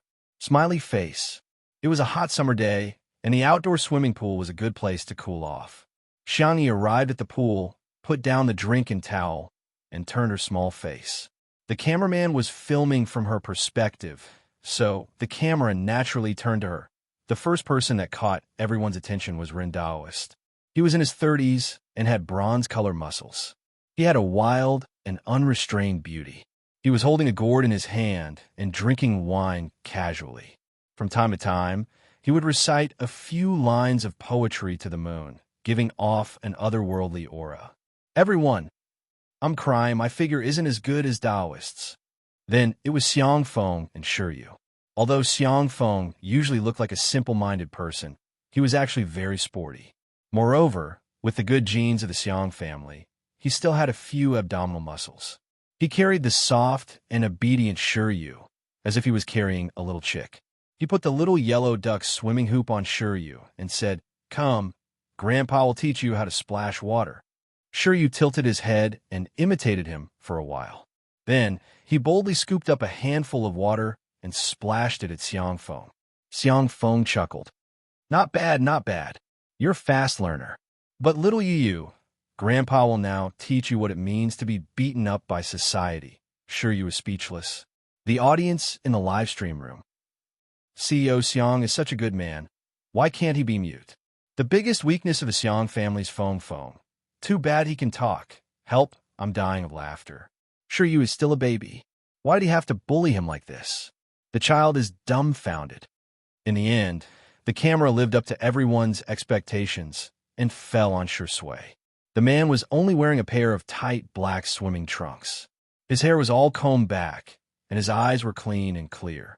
His abdominal muscles were well defined, and his Apollo's belt reached his waistline. He had broad shoulders, a narrow waist, and long legs. He had a standard inverted triangle figure, just like a walking hormone. Sensing the sound of Xiangyi's footsteps, he turned his face to the side and smiled in Xiangyi's direction. Chapter 706. In Shui's movies and TV series, Xiangyi had seen him smile in many different ways. Innocent, ruthless, desperate, and ruthless, but none of them had made her feel as moved as she did now. The girl nodded at him calmly, but her heart was beating wildly. The live stream had gone crazy. Those abs. My nose is bleeding. Good guy Shui doesn't treat us as outsiders, does he? Sisters, I believe I'm not the only one who is Doryman. Hey, if you want to talk about this, I'm not sleepy anymore. The comments section flew by quickly, dazzling everyone. After bullying Shiryu for a while, Xiangfeng finally found his conscience and brought the little brat to Xiangyi's side. Shiryu's face was sullen, as if he was sulking. Xiangyi carefully dried his hair with a towel and asked, "Do you want something to drink?" Shiryu shook his head and sat down obediently without saying a word. Xiangyi poked the little boy's cheek. "Are you angry? Do you want me to help you take revenge?" Shiryu's eyelashes were wet, and he looked a little like a newborn puppy. He sounded a little depressed. "I'm not angry. I just feel that I'll be leaving in a few days, Sister Xiangyi's family was so blissful. But he would have to leave sooner or later. He told himself that he couldn't be a greedy child, but he was still greedy. He wanted to stay here forever, eat Sister Xiangyi's delicious food, and listen to her warm fairy tales. Xiangyi was stunned. She didn't expect Shi Yu's answer to be like this. "Yu, if you want to come and play, you can come anytime," Xiangyi said with a smile. "I read in a book that people who meet will meet again. So we'll definitely have many opportunities to meet again in the future." Shi Yu's eyelashes fluttered, and he obediently wrapped the towel around himself. "Really? Can I?" Before he finished speaking, Xiangfeng's shout came from not far away. "Little Xiangyi, help us be the referee. We're going to compete." Xiang, he made a hand gesture to indicate okay. Xiangfeng, "I'll count to 321. Get ready, then we'll start. 3, 2. Before he could finish counting, Xiangfeng had already jumped into the water and seized the initiative. Daoist Ren was confused. "I can't believe that there is someone more shameless than me in this world." He jumped into the water and chased after Xiangfeng with all his might. On the other hand, Shi Sui was still on the shore. She stretched her wrists and ankles lazily, as if she did not care about the competition at all. Xiangyi was anxious. She clenched her small fist and said, "Boyfriend, you can do it." Hearing the girl's voice, Shi Sui glanced at her, raised her eyebrows, and then jumped into the water. Her posture was standard like that of a professional athlete. Although Xiangfeng was the first to dive into the water, he ran out of strength halfway through. On the other hand, Ren Daozhong had better stamina and swam to the front. However, Shi Sui was like a fish in water. In the blink of an eye, she had closed the distance between them. The man's figure was tall and slender, and he was nimble and agile in the water. His strength and beauty were undoubtedly revealed at this moment. 5 meters, 3 meters, 1 meter, whoosh. Taking advantage of Ren Daozhong's respiration, Shi Sui directly overtook him, and then firmly held the first place. The audience watched with surging emotions. Shirindi's stamina is not bad. Sister Yi's small body, can she handle it in the future? Wake up! Sister Yi is the girl who nailed a several-meter-long mountain peak into a tree with a sword. Everyone should be worried about Shirindi, right? The live stream instantly fell into a mysterious silence. Chapter 707. That's true. Xiang, he was someone who could lift pots that weighed more than 10 kilograms, slaughter little black pigs that weighed more than 100 kilograms, and beat up vicious fugitives when it came to beating people up. In comparison, Shirindi seemed a little delicate. Someone asked, "Shirindi, can you do it?" Instantly, everyone rushed to answer. "I know this question. Shirindi can't." Don't ask. If you ask, our Shi Sui can't do it. Does it matter if he can or not? Can't Sister Yi do it? The new fans were at a loss. Did Shirindi have so many haters? However, when they clicked on the most vicious accounts, they realized that most of them were Shi Sui's sisters. The new fans were speechless. What kind of operation was this? Had all the Shi Sui sisters' accounts been hacked? After a few rounds of back and forth, Shi Sui took first place without any suspense. Ren Daoist came in second, with a gap of more than 10 meters between them. Xiangfeng was in an even worse state as he choked on water and panted like a dying dog. Shi Yu walked to the side of the pool. Xiangfeng was touched. "Yu, are you here to comfort Grandpa?" "It's okay. Grandpa has a strong mentality." In the next second, Shi Yu pulled out an oversized water gun. Xiangfeng was confused. Shi Yu glanced at Xiangyi guiltily. "Sister Xiangyi gave this to me." Xiangfeng was speechless. "Yu, listen to me." The only response he got was a merciless water gun attack. Shi Yu's soft and tender voice rang out. "Sister Xiangyi said that those who mess around have to pay for what they've done." Xiangfeng was speechless. He was a domineering CEO, yet he was killed by a little brat. This was intolerable. He was going to order a super large water gun when he got back. Shi Sui came out of the pool with her hands against the wall, her forearms showing smooth and distinct lines. Xiangyi immediately handed her a towel, but there were still some viewers who were watching the live stream who quickly took screenshots. Damn, these lines, these silhouettes. Sisters, there's a surprise after the Zoom. Ah, should I say, he's indeed Shirney. I cover my best friend's mouth tightly to stop her from squawking by the pool. Sure Sui was casually drying her hair when Xiangyi asked, "What do you want to drink? Any recommendations?" Xiangyi immediately got into character. "Sir, this is the peach sparkling water I recommend for you. It has ice cubes and peppermint grass. Not only does it have the sweetness of the peach, but it also has the sourness of the bubbles. It also has a refreshing feeling." Sure Sui's eyes were gentle. "Okay, that's it." Xiangyi continued to act. "Sir, can you give me your contact information?" Was Little Rabbit trying to put on a show? "Sorry, I already have a girlfriend. She's prettier than you, so please don't disturb me." Puff. Xiangyi couldn't help but laugh. "What else do you want to act? It's free of charge, and I'm looking forward to it." Sure Sui's answer attracted a lot of praise from the audience. All straight men should learn. This is the standard answer.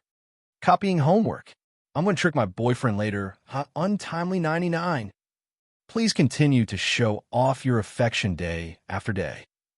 Have you guys seen Weibo? Master Yin has issued a challenge to Sister E. Master Yin? Let's go watch the show now. Everyone searched for Master Yin, and the relevant Weibo immediately popped up. Master Yin, successor of the Yin school. Young man, you're plagiarizing my school's swordsmanship, Tai Chi, and other techniques. This is intolerable. Let's have a showdown tomorrow. Do you dare? Xiangyi v. Chapter 708. The netizens were confused. Who is this person? Immediately, a class representative came out to speak. Master Yin is a famous martial arts master and a contracted streamer of fan use streaming. He's good at Yan's swordsmanship, Yan's Tai Chi, and other martial arts, self-proclaimed. He has opened several martial arts schools in China, all closed down. He has challenged and defeated more than a dozen domestic and foreign masters, all unknown. In conclusion, I suggest you don't treat him as a martial arts master. You'll be surprised if you treat him as a comedic streamer. Everyone was speechless. So he's just a clown? But soon, everyone realized that the internet was vast and full of strange things. Master Yin really had a lot of loyal fans, and they were especially aggressive. Master Yan's swordsmanship and swordsmanship are all passed down from the Yin family. Xiangyi is a thief. Stealing without asking is called stealing. Stealing without returning is called shameless. She's a beauty, but why is she so cheap? If she's not guilty, why doesn't she dare to accept Master Yan's tactics? Of course, she's afraid of him. The netizens' reactions were, well, as long as you guys are happy. Although they couldn't bear to watch it, they really couldn't. Everyone thought it was just a farce, but they didn't expect Ren Daozhong to be a surfer too. After going ashore and scrolling through Weibo, he was filled with righteous indignation.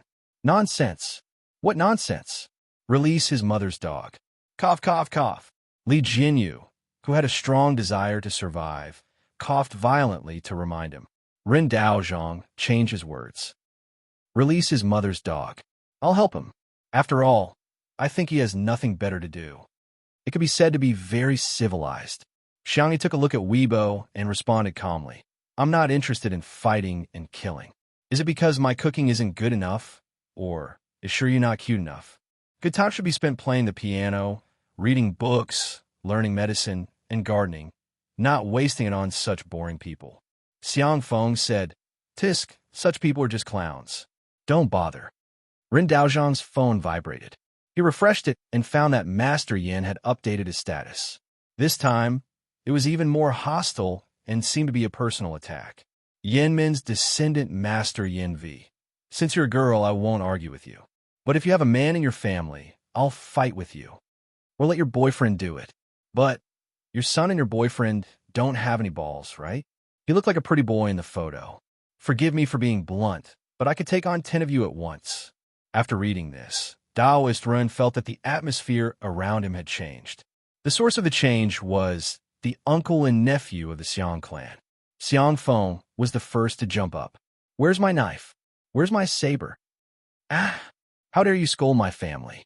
I'm the only one who can scold my family, understand? Xiangyi's delicate little face was calm. She looked very calm and steady, but when she spoke, she was extremely valiant. The girl looked up at the camera with her clear doe eyes, her gaze firm and sharp. Just because I don't like fighting and killing doesn't mean that I'm afraid of fighting and killing. Reason should be talked to. Since reason doesn't work, then I'll try peaceful means before resorting to force. Let him decide the time and place. I'll accompany you to the end. The staff at the scene were all shocked by Xiang Yi's imposing manner. Oh my God, why does the gentle and gentle sister Yi have such a domineering side to her? The viewers in the live stream were all dumbfounded. Oh my God, how is this Sister Yi? This is Brother Yi, Daddy Yi. Chapter 709. When Master Yin received the news, he was also a little dumbfounded. In reality, his martial arts club wasn't run well, and he had lost a lot of money. Later on, he relied on being an internet celebrity to reap the benefits. Xiang Yi actually agreed to the challenge? This was really beyond his expectations. However, Master Yin smiled contemptuously and didn't take Xiang Yi seriously. She's just a young girl. Even if she started practicing martial arts in her mother's womb, she's definitely no match for me.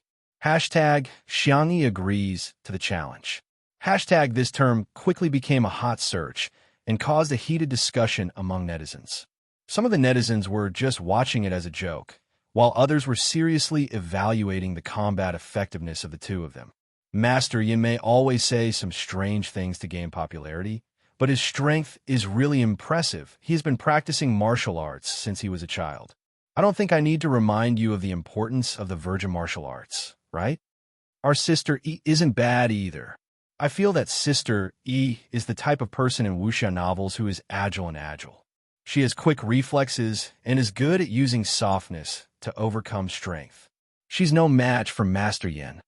Xiang Yi, 5 stars in agility, 3 stars in strength, 4 stars in stamina, 4 stars in overall combat effectiveness.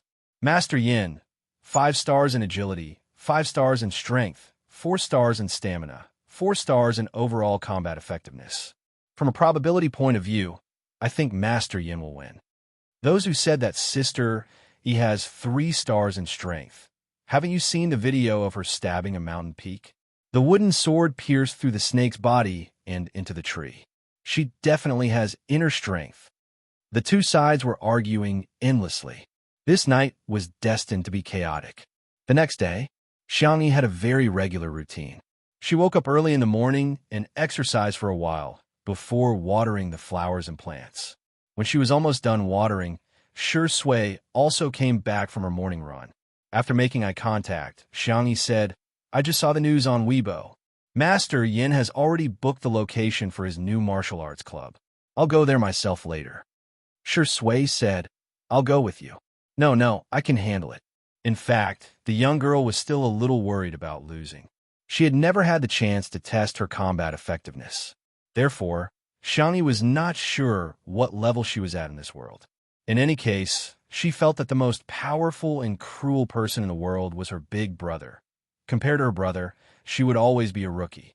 "Do you really think I'm a gigolo?" Shi Sui walked closer and flicked her forehead, which was as smooth as porcelain. "Your boyfriend is not as weak as you think. He wasn't made of paper. He was just joking around with the little girl, but he felt that Xiang Yi really treated him as little Jiao Jiao." Xiang Yi said embarrassedly, "I'm not questioning you. I just don't want to embarrass myself in front of you," Shi Sui said with a faint smile. "You lost. I'll avenge you." Xiang Yi asked straightforwardly, "What if we both die? Then I'll take the beating with you?" Xiang Yi imagined the scene of her and Shi Sui supporting each other with bruised faces after being violently beaten up. Sigh. "I feel like I'm going to be miserable." "Sister Yi, Daddy Shi, get ready. We're going to start the live stream." Li Jinyu and the staff adjusted the equipment, made a hand gesture, and then turned on the live stream. There were hundreds of thousands of loyal fans waiting for the live stream. Seeing the screen lit up, everyone came out to cheer for Xiang Yi. However, there were also people who raised concerns. Master Yin has dozens of masters and disciples in his martial arts club. Our sister, he only has a few people. I feel like we've lost in terms of momentum. Chapter 710. Yes, even with Shi Sui, Taoist Ren, and Shi Yu, there were only 4 of them. Achoo, Xiang Feng sneezed and walked out of the villa, yelling, "Don't think of secretly leaving me behind." He had a habit of staying up late, and making him wake up early was worse than not eating junk food for a month. But even so, Xiang Feng still stubbornly got out of bed. Moreover, he had changed into a t-shirt that people rushed over overnight. The front was printed with "Tutu is invincible," and the back was "I am your father." It was a combination of support and hatred, a vivid interpretation of what it meant to make the best use of everything. Everyone seemed to have woken up from a dream. So there was still President Xiang. She hadn't almost forgotten about him. She had completely forgotten about him. For some reason, President Xiang never had a sense of presence. "I'll go with you." Daoistron followed closely behind, carrying a peachwood sword on his back and holding a white horsetail whisk in his hand. He smiled slightly and said, "Xiangyi, if you don't mind, I'm willing to hold the fort for you." In addition, he had also prepared a small surprise for Xiangyi. I want to go too." A soft voice came from Shiryu. The little boy was very good at taking care of himself. He dressed and washed up on his own, and even carried a small school bag on his back. However, there were a few strands of hair on his head that were sticking up, making him look extremely adorable. Sensing everyone's intentions, Xiangyi felt a warmth in her heart. "Then let's go together." If she was embarrassed, so be it. She would just take it as a day trip. Xiangyi went to change her clothes. Xiang Feng stayed where he was, urging Daoist Ren and Shiryu to change into the support t-shirts, but was naturally rejected by the two. Since the adults couldn't handle it, Xiang Feng chuckled and reached out his claws to Shiryu. The audience who saw this scene had mixed feelings. There are finally 5 people. Including the staff, there should be about 10 or so, right? But it feels like an amateur team challenging the national team. Xiang Feng is unreliable, but he really doesn't disappoint me. Let Shiryu go, he's still a child. Wow, Xiangyu's livestream is so good at riding on people's coattails. He even started a live stream from Master Yin. He's trying to steal the traffic. At this moment in the dojo, the staff of Sanyu Broadcasting had arrived at the scene last night and had installed cameras from many angles. The webpage and the app had pop-up recommendations to ensure that users will be able to see Master Yan's live broadcast once they clicked on it. There was no other reason other than the fact that DNU Livestream and Xingchen Livestream were competitors.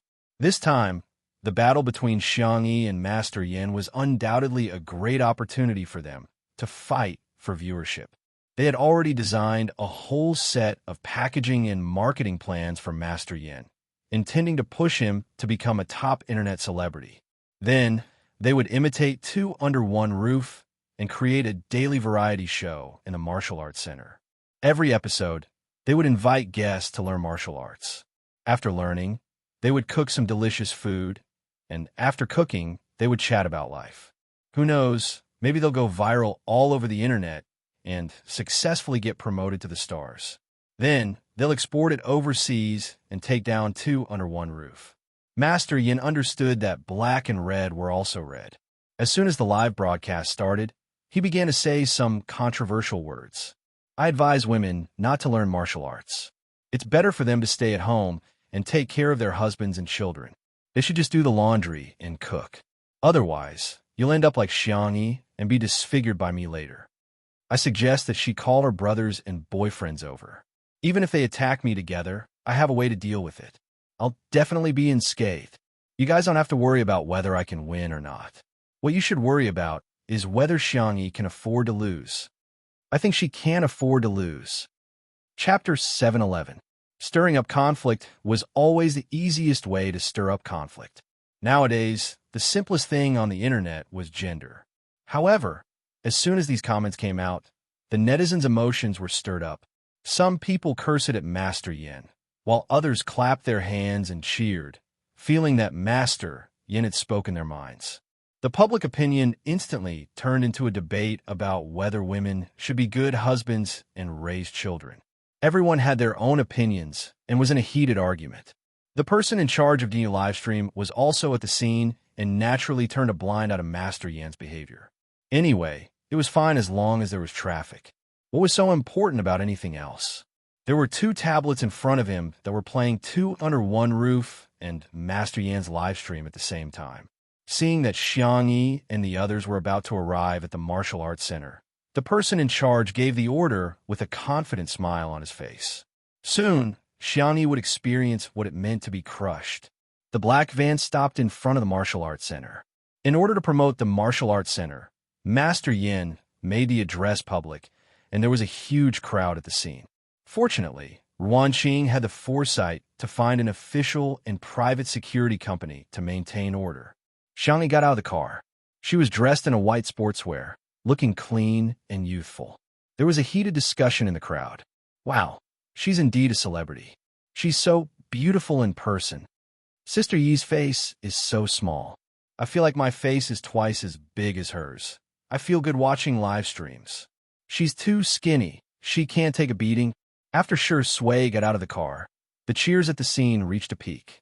In addition to the strong popularity, many of Shi Sui's sisters also rushed to the scene.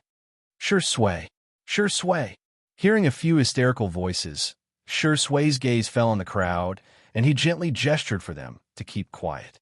As if by magic, the crowd really quieted down. Shi Sui nodded slightly as a form of greeting. There was nothing wrong with her etiquette and demeanor. Everyone entered the martial arts center. Xiang Yi and the others were all dressed in sportswear and were dressed casually. Obviously, they didn't take the battle very seriously. However, Master Yin was different. He was wearing a black practice suit with golden embroidery on it. It looked quaint and textured. His disciples, on the other hand, were all dressed in white training clothes with black belts around their waists. They looked very ostentatious. The audience in the live stream could clearly feel the difference. U1S1, Master Yin, and the others are really impressive. Sister E and the others are too shabby. They're completely relying on their looks. Ha ha. Shiryu has nothing left to live for. He's wearing that I am your father t-shirt until it's almost up to his ankles. Master Yin looks Xiang Yi up and down, his nostrils overflowing with a light sneer. You, little girl, I advise you to go back and practice. Do you know how to do the horse dance? Can you do it for half an hour at a time? What you plagiarized was only my school of Yan swordsmanship and Tai Chi, but the true essence of my school of Yin is the basics. Xiang Yi interrupted him. If you want to fight, then fight. Why are you talking so much nonsense? Master Yin flew into a rage out of humiliation. Young man, you don't understand etiquette. You don't have any morals. The dozens of disciples behind him also pointed at Xiang Yi and mocked her.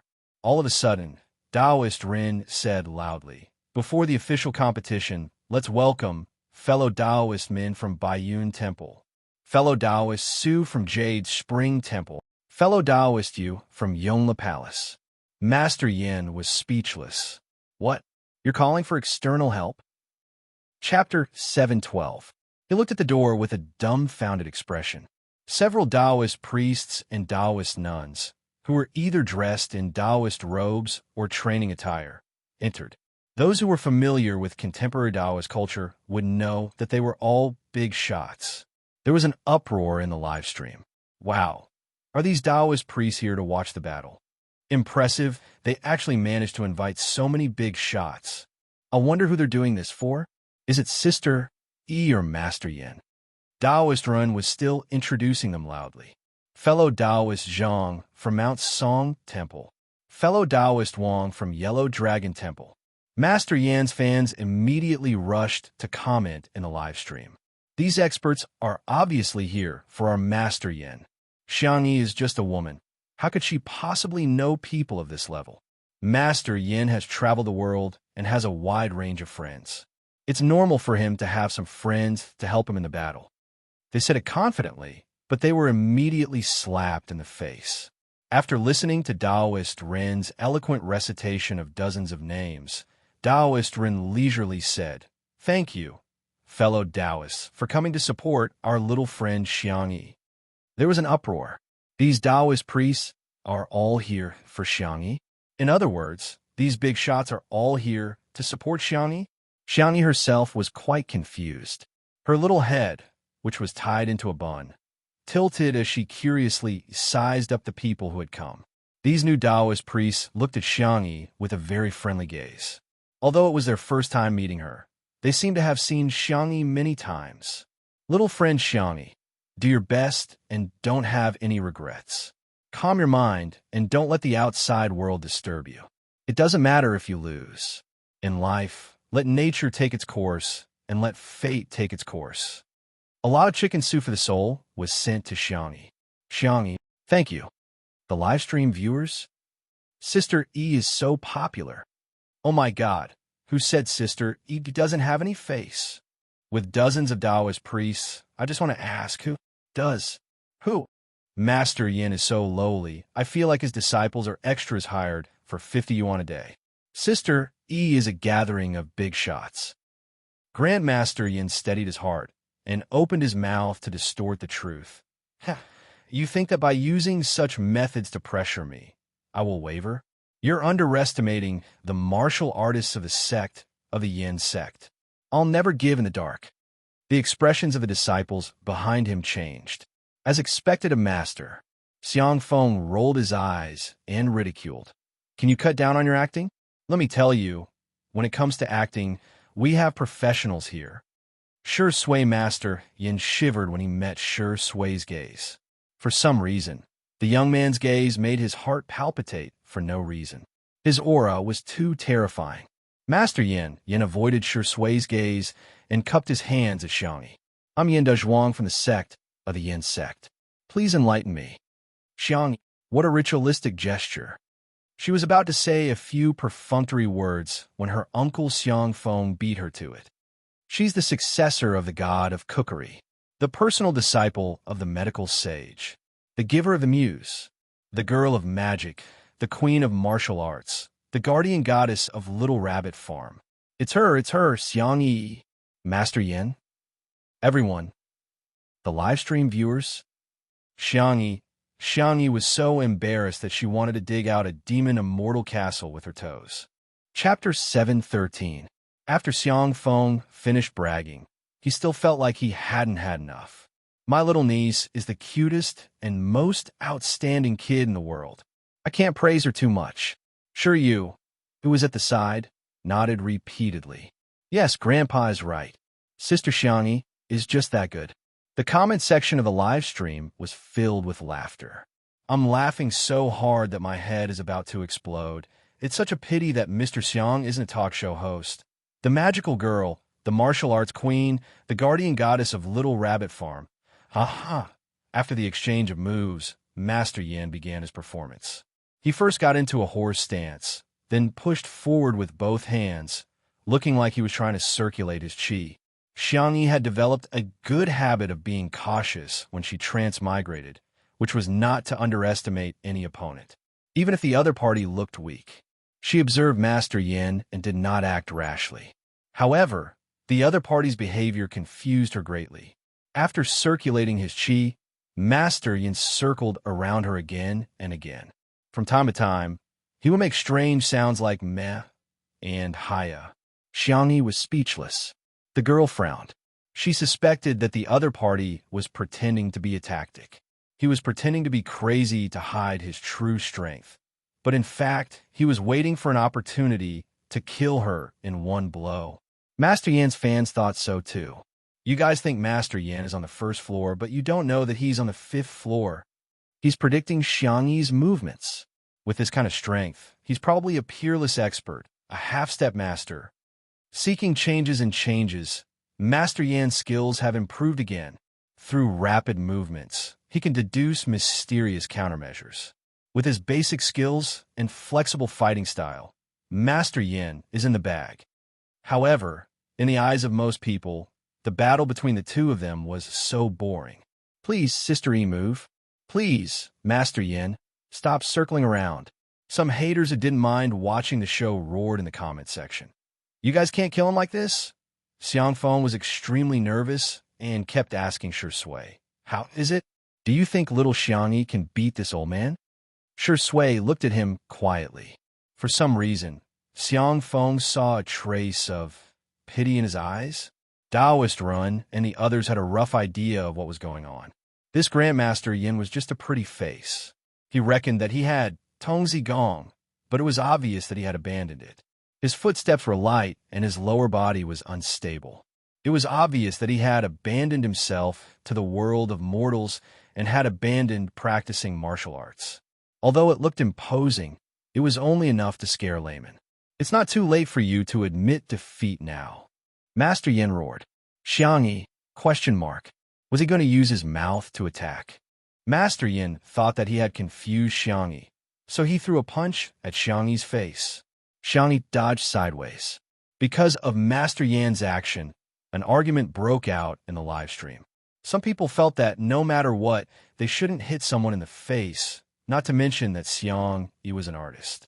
There were also some people who felt that a martial arts competition was a martial arts competition.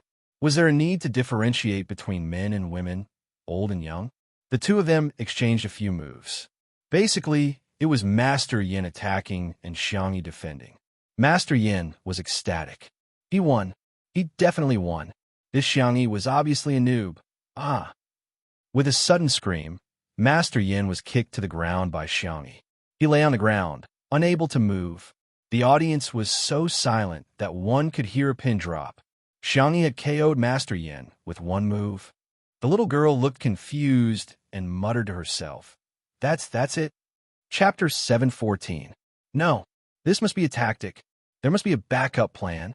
The girl calmed herself down and looked serious, ready to land the killing blow at any time. But 1 second passed, 10 seconds passed. Half a minute passed in the blink of an eye. Master Yin was still lying on the ground like he was dead. The livestream viewers, what's going on? Is he dead? Sister Yi's flying kick was so cool. I want to learn that. What happened to being the successor of Yin School? That's it? That's it? Is she made of paper? The referee was invited by Master Yin. He originally wanted to be biased towards Master Yin, but in the face of everyone's burning gazes, he blushed. Ahem, I announced that Xiangyi is the winner of this match. The verdict was final.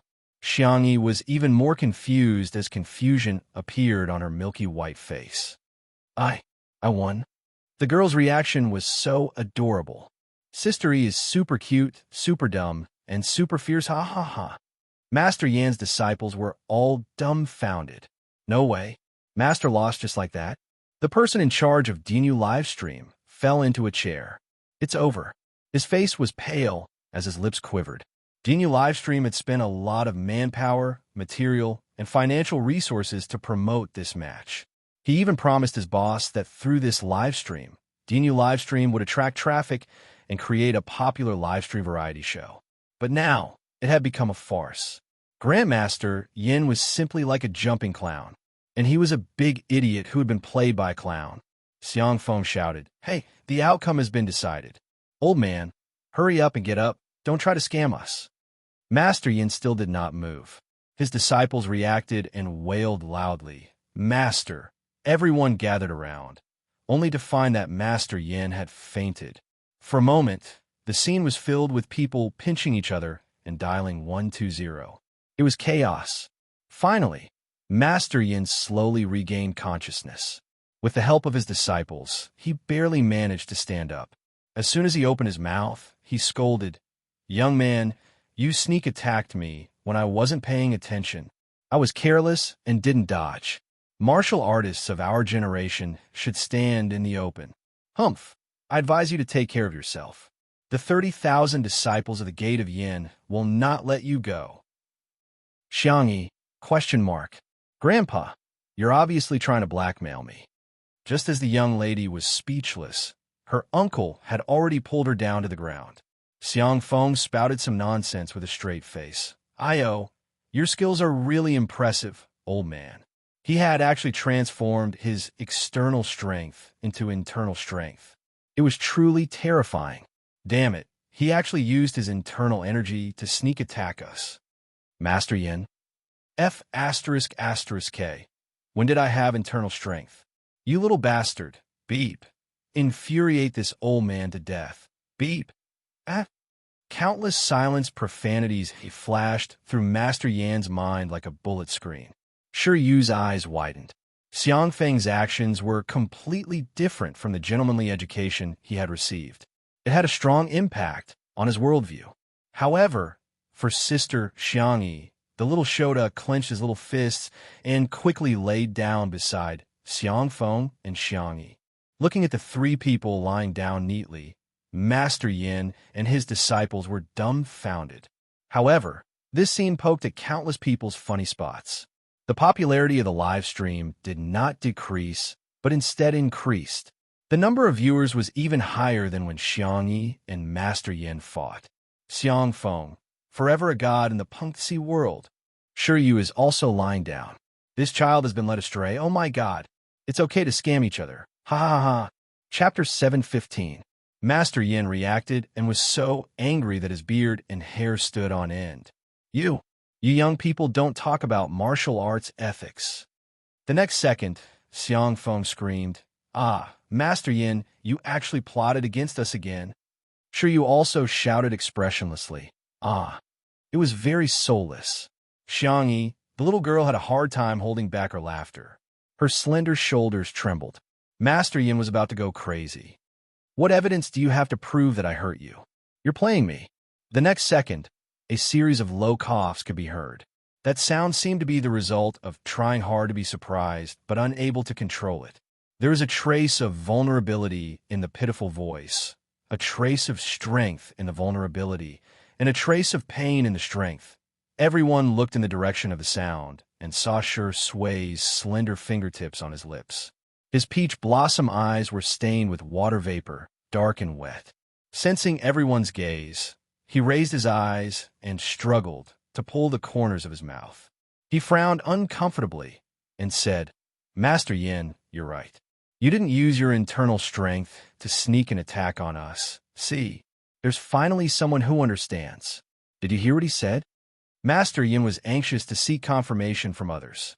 Little did he know, the netizens who thought he was a fool just now felt that Master Yin was something. Otherwise, why would Sure Sui be like this? At a glance, it was obvious that he had suffered internal injuries, but he was still holding it in. He must have said that on purpose for Xiangyi's sake. He was afraid that Xiangyi would be hurt by Master Yin again. This kind of spirit of loving his girlfriend more than his face was too touching. Even Master Yan's disciples were shaken. Could it be that Master really had internal strength? So all this time, Master had been holding back from us? Was he pretending? Many people instantly felt alienated from Master Yin. Even the onlooking staff couldn't help but point at him. It's a little too much. Master Yin is too much of a bully. He even said that Sister E sneaked an attack. I think he was the one who did it. Master Yin was about to vomit blood. He said that I don't have internal strength. I didn't sneak an attack on them. Unfortunately, when it came to acting, a certain best actor was truly a professional. Even if it was just a casual performance, the sense of immersion and empathy were extremely strong. Cough, cough. Sure Sui coughed a little harder. Her lips were pale, and she looked like she would fall to the ground in the next second. He knelt down beside Xiangyi on one knee and said, That's right, great Master Yin didn't do anything. Cough, cough, cough. Sister E, are you okay? I'm sorry for not being able to protect you. Xiangyi panicked. W, what's wrong with you? The little girl was so concerned that she was confused and thought that he was really feeling unwell. Just as she was about to get up to take his pulse, Sure Sui raised his hand to caress her cheek.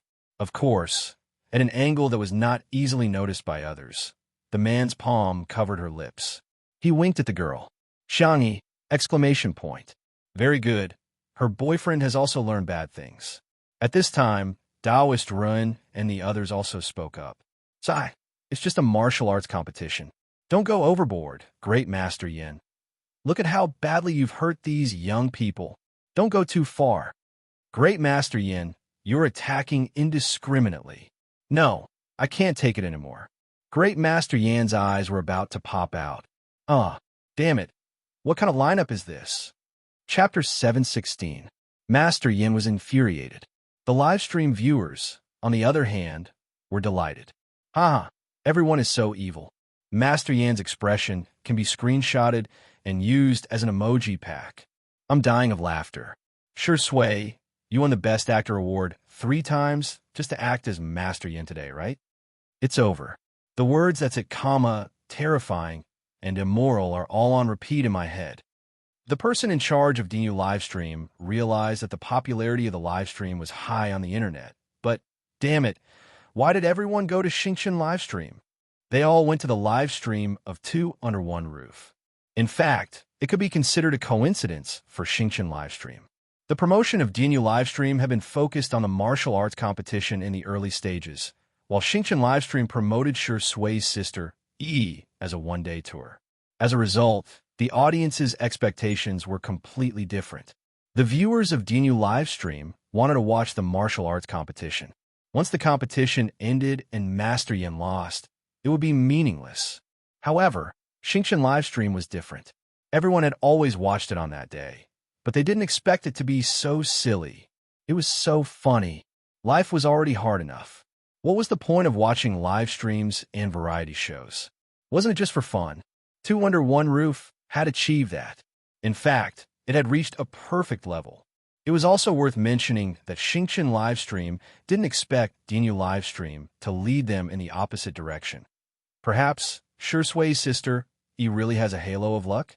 At the martial arts center, Xiang Feng was worried that he would really infuriate the old man. So he found a way out and pulled his niece and the others up to leave. Now that things had gotten to this point, Master Yin had completely lost, be it in terms of face or ability. However, he was really thick-skinned and changed the angle of his attack to Xiangyi. Your swordsmanship and Tai Chi are plagiarized from the Yin school, so it can't be considered as my loss. At the end of the day, you used my family's inheritance to defeat me. Xiangyi realized that the other party wasn't a real martial artist at all. He was just a funny clown. The girl's eyes were calm. How can you prove that my swordsmanship and Tai Chi are plagiarized from your family's inheritance? Of course, Master Yin couldn't prove it. Martial arts had been passed down since ancient times. It could be said that many clans and sects had their own legacies. It was nothing more than you influencing me and I influencing you. Everyone fought together and improved. Of course, this did not exclude the existence of unique techniques.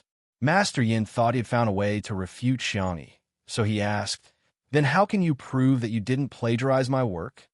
This move was too damaging and too ruthless. This was like comparing the perpetrator and the victim. They did not ask the perpetrator why he hurt others and why he did evil. Instead, he asked the victim, "Why do you think the perpetrator wanted to harm you? Why did it have to be you and not someone else?" Master Yin thought that Xiangyi wouldn't be able to defend herself. Just as he was about to take advantage of the situation, he heard the girl say, "What a coincidence. I can really prove it." Master Yin was confused. Xiang Feng promptly handed over a few thick ancient books, but they were all photocopies. The original had been donated to the museum by the Xiang family. My swordsmanship and taiji were inherited from my grandfather. Tracing back hundreds of years, they are all recorded in the family tree. The netizens were shocked. Not only did she have evidence, but she also had solid evidence. Thor's hammer. Master Yin was confused. Chapter 717. Master Yin was in despair. No, he was in utter despair. He had been a scammer for many years and had never tasted defeat. But today, not only did he lose to scammers, he was even beaten to the ground. Did he say that Xiangyi is a noob? In the end, he was KO. Did he say that Xiangyi plagiarized? In the end, she has her own heritage. That's infuriating. The netizens laughed even more merrily because of this dramatic turn of events. Master Yin, you have to pay for what you've done. Wow, the Xiang family has a heritage of hundreds of years. Sister Yi is really rich and beautiful. Master Yin, what does it feel like to hit an iron plate? I'll show you guys now. Even if Master Yin wanted to quibble, all his words were meaningless in the face of real evidence. You plagiarized? Even if you didn't, it means that your ancestors plagiarized from our family. Anyway, the Yin school's heritage is the best. You're bullying an old man like me just because you're young. I was careless and fell into your trap. Master Yin repeated those words over and over again, but unfortunately, no one wanted to listen to him anymore. Those who tried to curry favor with others were most afraid of losing the attention of others. The way great Master Yan's disciples looked at him had changed as well. They suddenly sobered up as if the clouds had cleared. Previously, it was as if Master Yin had drugged them. Whatever he said, they believed it to be true. In fact, after thinking about it carefully, they realized that his words couldn't withstand the scrutiny of logic at all. At this moment, Master Yin had yet to realize that today was an important turning point in his life. From an internet celebrity to an internet hater, retribution has finally come. Xiangyi had no intention of arguing with Master Yin anymore. She had used her martial prowess to defend her dignity and also used solid evidence to prove her innocence. That was enough. Shall we go out to eat today? I know a good private restaurant where I can invite all of you to have a taste, Xiangyi suggested. The Taoist masters were particularly interested in her talismans, so they naturally agreed. At the door, a clear voice of a young man suddenly sounded. "Miss Yang, please wait." This voice sounded a little familiar. Xiangyi turned her head and saw a tall figure hurrying through the crowd.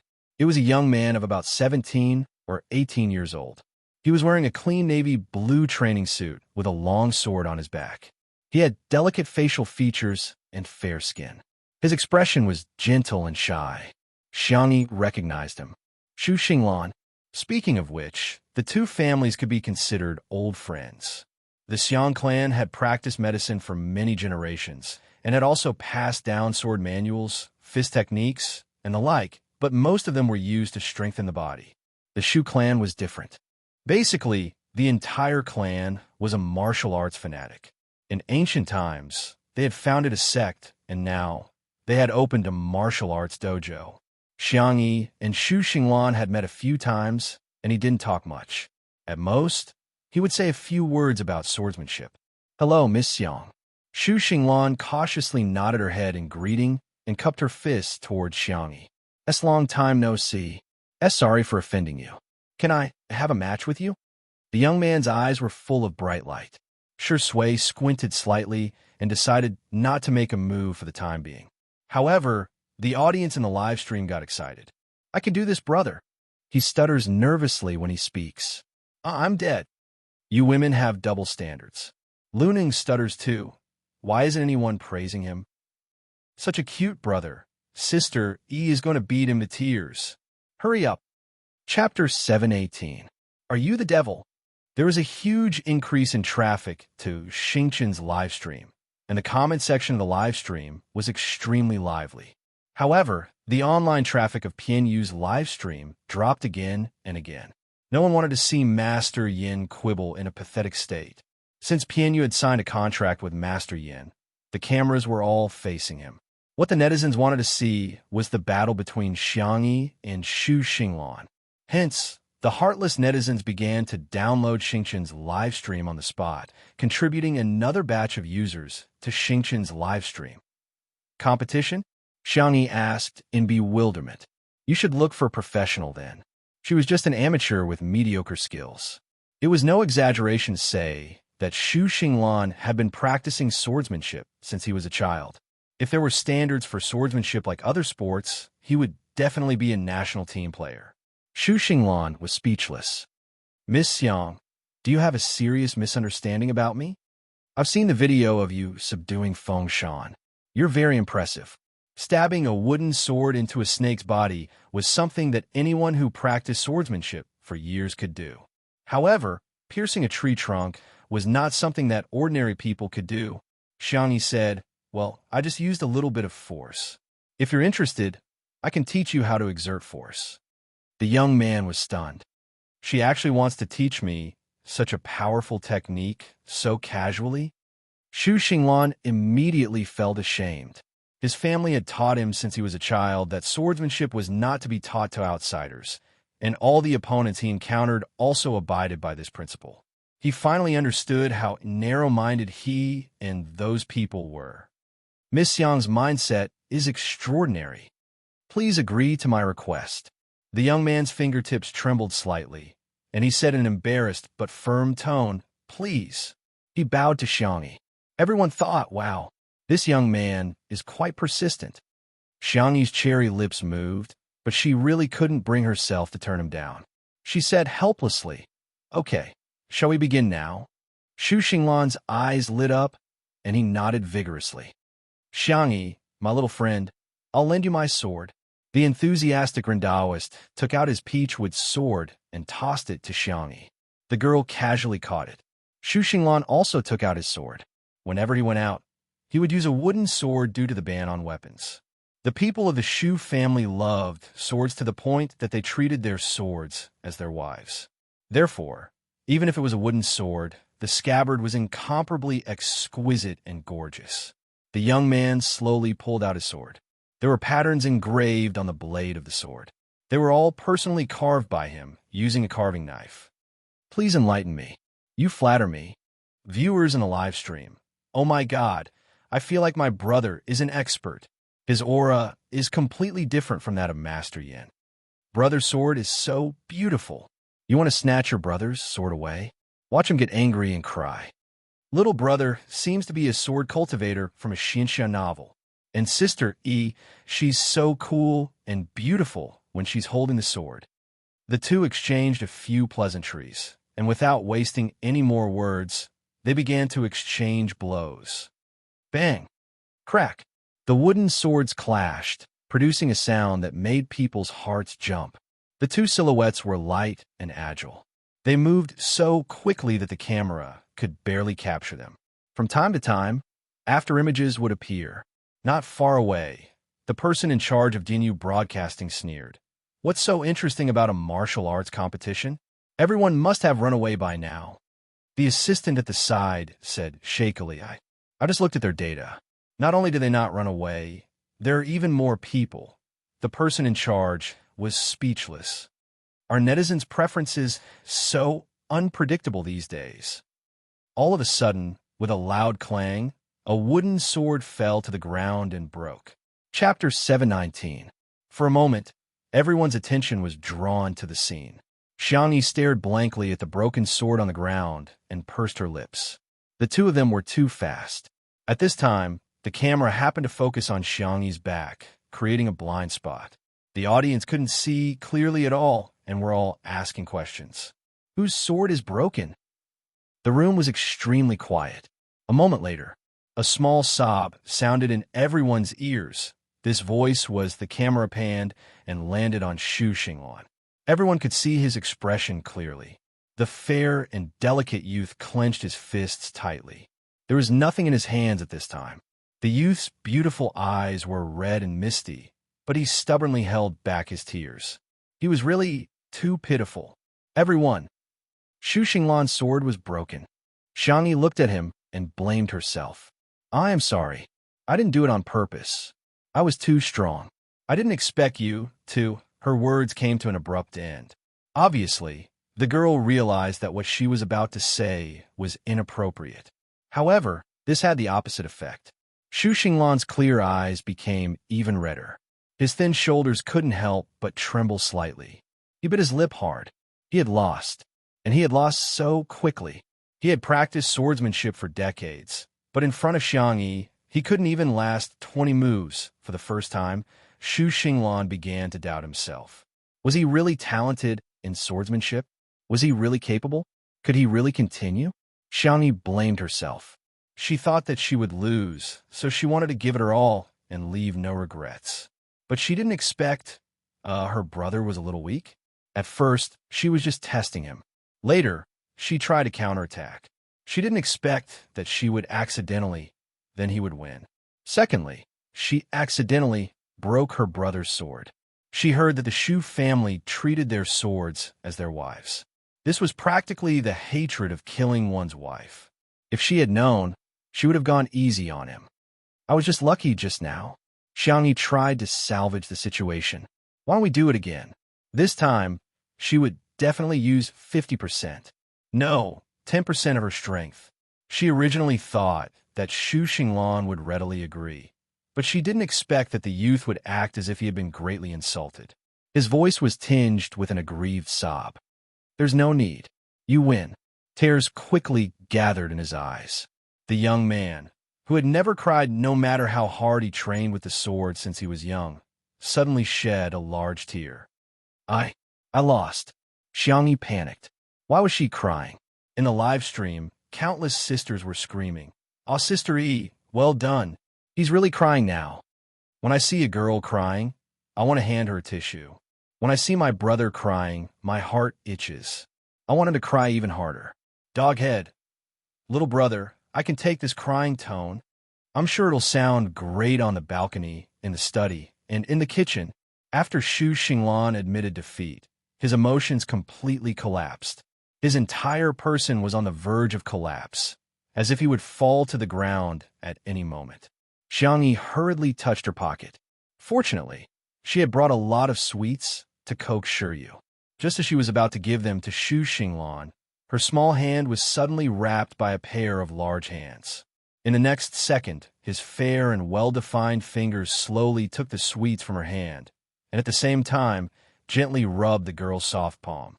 It was slightly ticklish. Xiangyi couldn't help but curl her small hand. Then, she saw Shi Sui walk up to Xu Xinglan, stuff a piece of candy into his hand, and comforted him emotionlessly.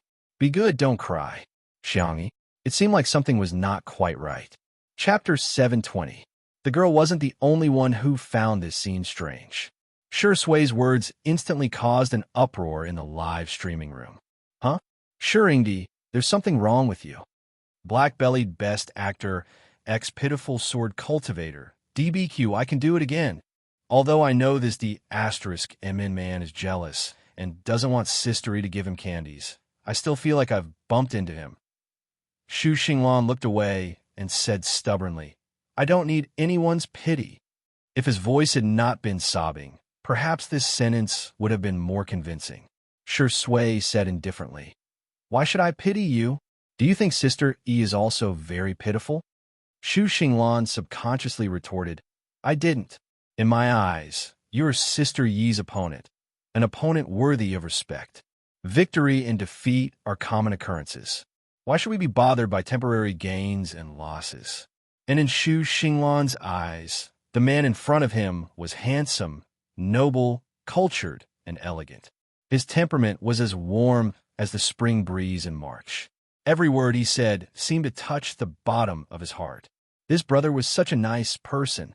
He subconsciously let down his guard and muttered, "Miss Xiang, you've made me understand today that I'm just a frog at the bottom of a well. She's a mountain that I can't climb over."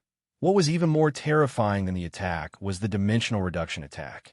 You struggled with all your might, but the other party only took out a small piece of paper, and it was more crushing than Mount Tai. Shi Sui smiled and gave him a heartwarming speech. "You're still young and have a bright future. How do you know what you'll be like in the future?" The naive young man who had been obsessed with swords since he was a child had no idea what Shi Sui was thinking. This little brat is really annoying. I understand. Xu Xinglan lowered her head in shame and clenched her fists tightly. "I won't give up. One day I'll challenge Miss Yang again." What brother meant was that as long as she worked hard, she would have a chance to surpass Miss Yang. It was true that listening to a wise man's words was better than studying for 10 years. The youth felt that today's harvest was too great. Not only did he realize that there was always someone better than him out there in terms of swordsmanship, he also felt enlightened in terms of thoughts. The way Xu Xinglan looked at Shi Sui gradually became bright and full of worship.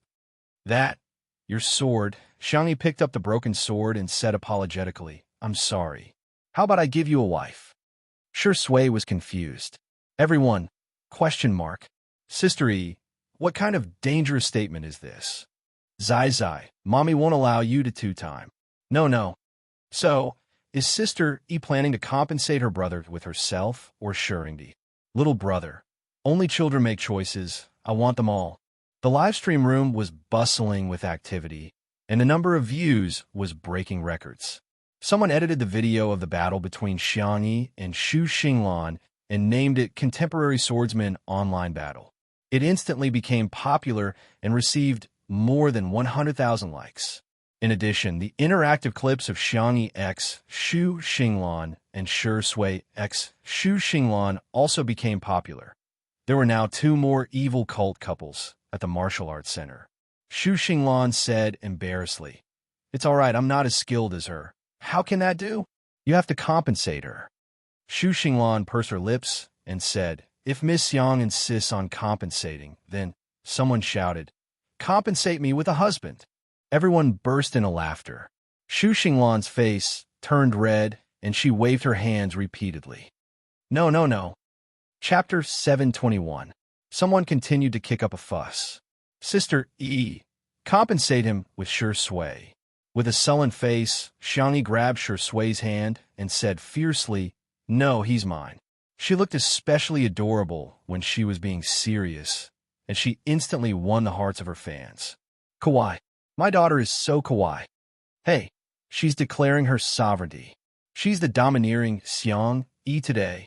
Is it popular to lure dogs in and kill them now? If I'm guilty, the law will punish me instead of letting me watch them display their affection for each other. The tips of Xu Xinglan's ears turned red. I don't want anything else. I just want a promise from Miss Xiang. Huh? Xiangyi was stunned. Xu Xinglan said, I want Miss Xiang to promise me that you'll compete with me again in the future. His eyes were full of anticipation as he bowed deeply to Xiangyi. Please. Xiangyi was speechless. This child has to change his habit of bowing at the drop of a hat. Sure, you can compete with me as many times as you want. Xiangyi said good-naturedly, as long as I'm free, I'll keep you company. Xu Xinglan was extremely excited, as if he had won 5 million yuan in the lottery. At this moment, a discordant voice sounded. How much longer are you guys planning to stay here? The displeased voice came from Master Yin. He felt that Xiangyi and Xu Xinglan had stolen all the limelight from him. Xu Xinglan was shy as he bowed and said, Sorry to disturb you. Xiangyi called her uncle and the others to leave. They're finally gone. Master Yin grumbled. They've seriously affected the progress of our class. Okay, everyone, pack up. I'm going to start today's lesson. The person in charge of the live stream almost vomited blood on the spot. When Xiangyi and the others were around, there was still some traffic in the live stream. Now that they had left, the traffic plummeted. In less than 2 minutes, the traffic was already so bad that it was impossible to watch. Is this Master Yin a fool? Who wants to watch him in class?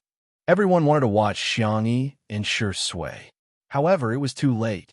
After Xiangyi and Shi Sui left, the number of viewers in the live streaming room decreased. Most of Great Master Yan's disciples didn't cooperate with him like they usually did.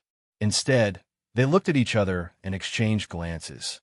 After a while, people in the crowd spoke up one after another. Well, I just remembered that I still have to pick up the kids. I'll leave first. By the way, I heard that it's going to rain today. I have to hurry back and pack my blanket. My stomach doesn't feel well. Excuse me, I need to go to the bathroom. In the blink of an eye, at least half of the crowd had left. Master Yan's expression changed greatly. He forced himself to remain calm and pretended to be profound as he said, Some people left not because I didn't want them to stay, but because they pursued the wrong path. I believe that those who stay behind are all sincere in their desire to learn our Yin school's legacy. Can I get a refund if I don't want to learn? A sloppy disciple asked. Master Yin glared at him. Are you betraying your sect? I don't want to learn anymore. What's wrong with asking for my tuition fees back? The disciple retorted. Someone immediately responded. Yes, yes, yes, refund. Hurry up and refund, or we'll call the Consumer Association. You can teach whoever you want. Anyway, I don't want to learn from you. Master Yan's vision darkened, and he almost fainted on the spot. He was filled with guilt and regret. If he could do it all over again, he definitely wouldn't find trouble with Xiangyi. At the same time, outside the martial arts center. Chapter 722. Considering the large number of people, Xiang Feng arranged for a bus on the bus. All the Taoist masters got on the bus. The onlookers were amazed and took out their cell phones to take photos. Sister Yi is really impressive. She actually managed to invite so many Taoist masters to help her. Little did they know that it wasn't Xiangyi who invited them at all. It was the Taoist masters who took the initiative to come. At a private restaurant, the manager of this restaurant and Xiang Feng were childhood friends. Today, he specially cleared the place to receive Xiang Feng and the others. The weather was good, so everyone sat in the courtyard. They lit up the lanterns, and the light was hazy. There was a gentle breeze, and the fragrance of the lotus flowers wafted in the air. The audience found it enjoyable to watch the live broadcast, as if the rhythm of life had slowed down. Xiang Yi and the Taoist masters discussed the talismans. Due to the thin spiritual energy, the talismans did not have much of a reaction. They existed more as a cultural symbol. In addition to discussions, they also drew on the spot. Xiangfeng looked at his little niece, who was like the moon surrounded by stars, and happily discussed with Shi Sui beside him. Look at little Xiangyi. Doesn't she look like she was forced to perform in front of the elders during the new year and was forced to open for business? Thinking of the past, Shi Sui smiled. He remembered that one year, when a young lady came to pay New Year's greetings, she wore 2 ponytails and sang softly to the elders. She was so adorable. The crowd burst into exclamations from time to time. Amazing! It's amazing! Xiangyi can actually draw so many talismans in one go. She's really amazing. Sigh. I suddenly realized that I'm not only lacking a hand, but also a brain. On the other side, Shi Yu and Xu Xinglan sat side by side, eating milk candy. Xu Xinglan looked at Xiangyi from afar, with admiration in her eyes. She sighed softly and said, Miss Xiang is so amazing. Shi Yu said coldly, she has a boyfriend. Xu Xinglan said, I don't want her to be my girlfriend. Shi Yu chewed on the candy and said expressionlessly, my uncle has a girlfriend too. Xu Xinglan was speechless. Little kid, are you misunderstanding something? The sword is his wife. I have many swords. Taking advantage of the fact that there was no one around, Xu Xinglan straightened his chest and showed Shi Yu the photo of the sword. He showed off a little childishly. This is my first wife, second wife, and third wife. Shi Yu said, Brother, you're such a playboy. Xu Xinglan corrected him. This isn't called being a playboy. Having a lot of girlfriends is called being a playboy. Shi Yu said, then you can have a girlfriend. Xu Xinglan said seriously, no, women will affect the speed at which I draw my sword.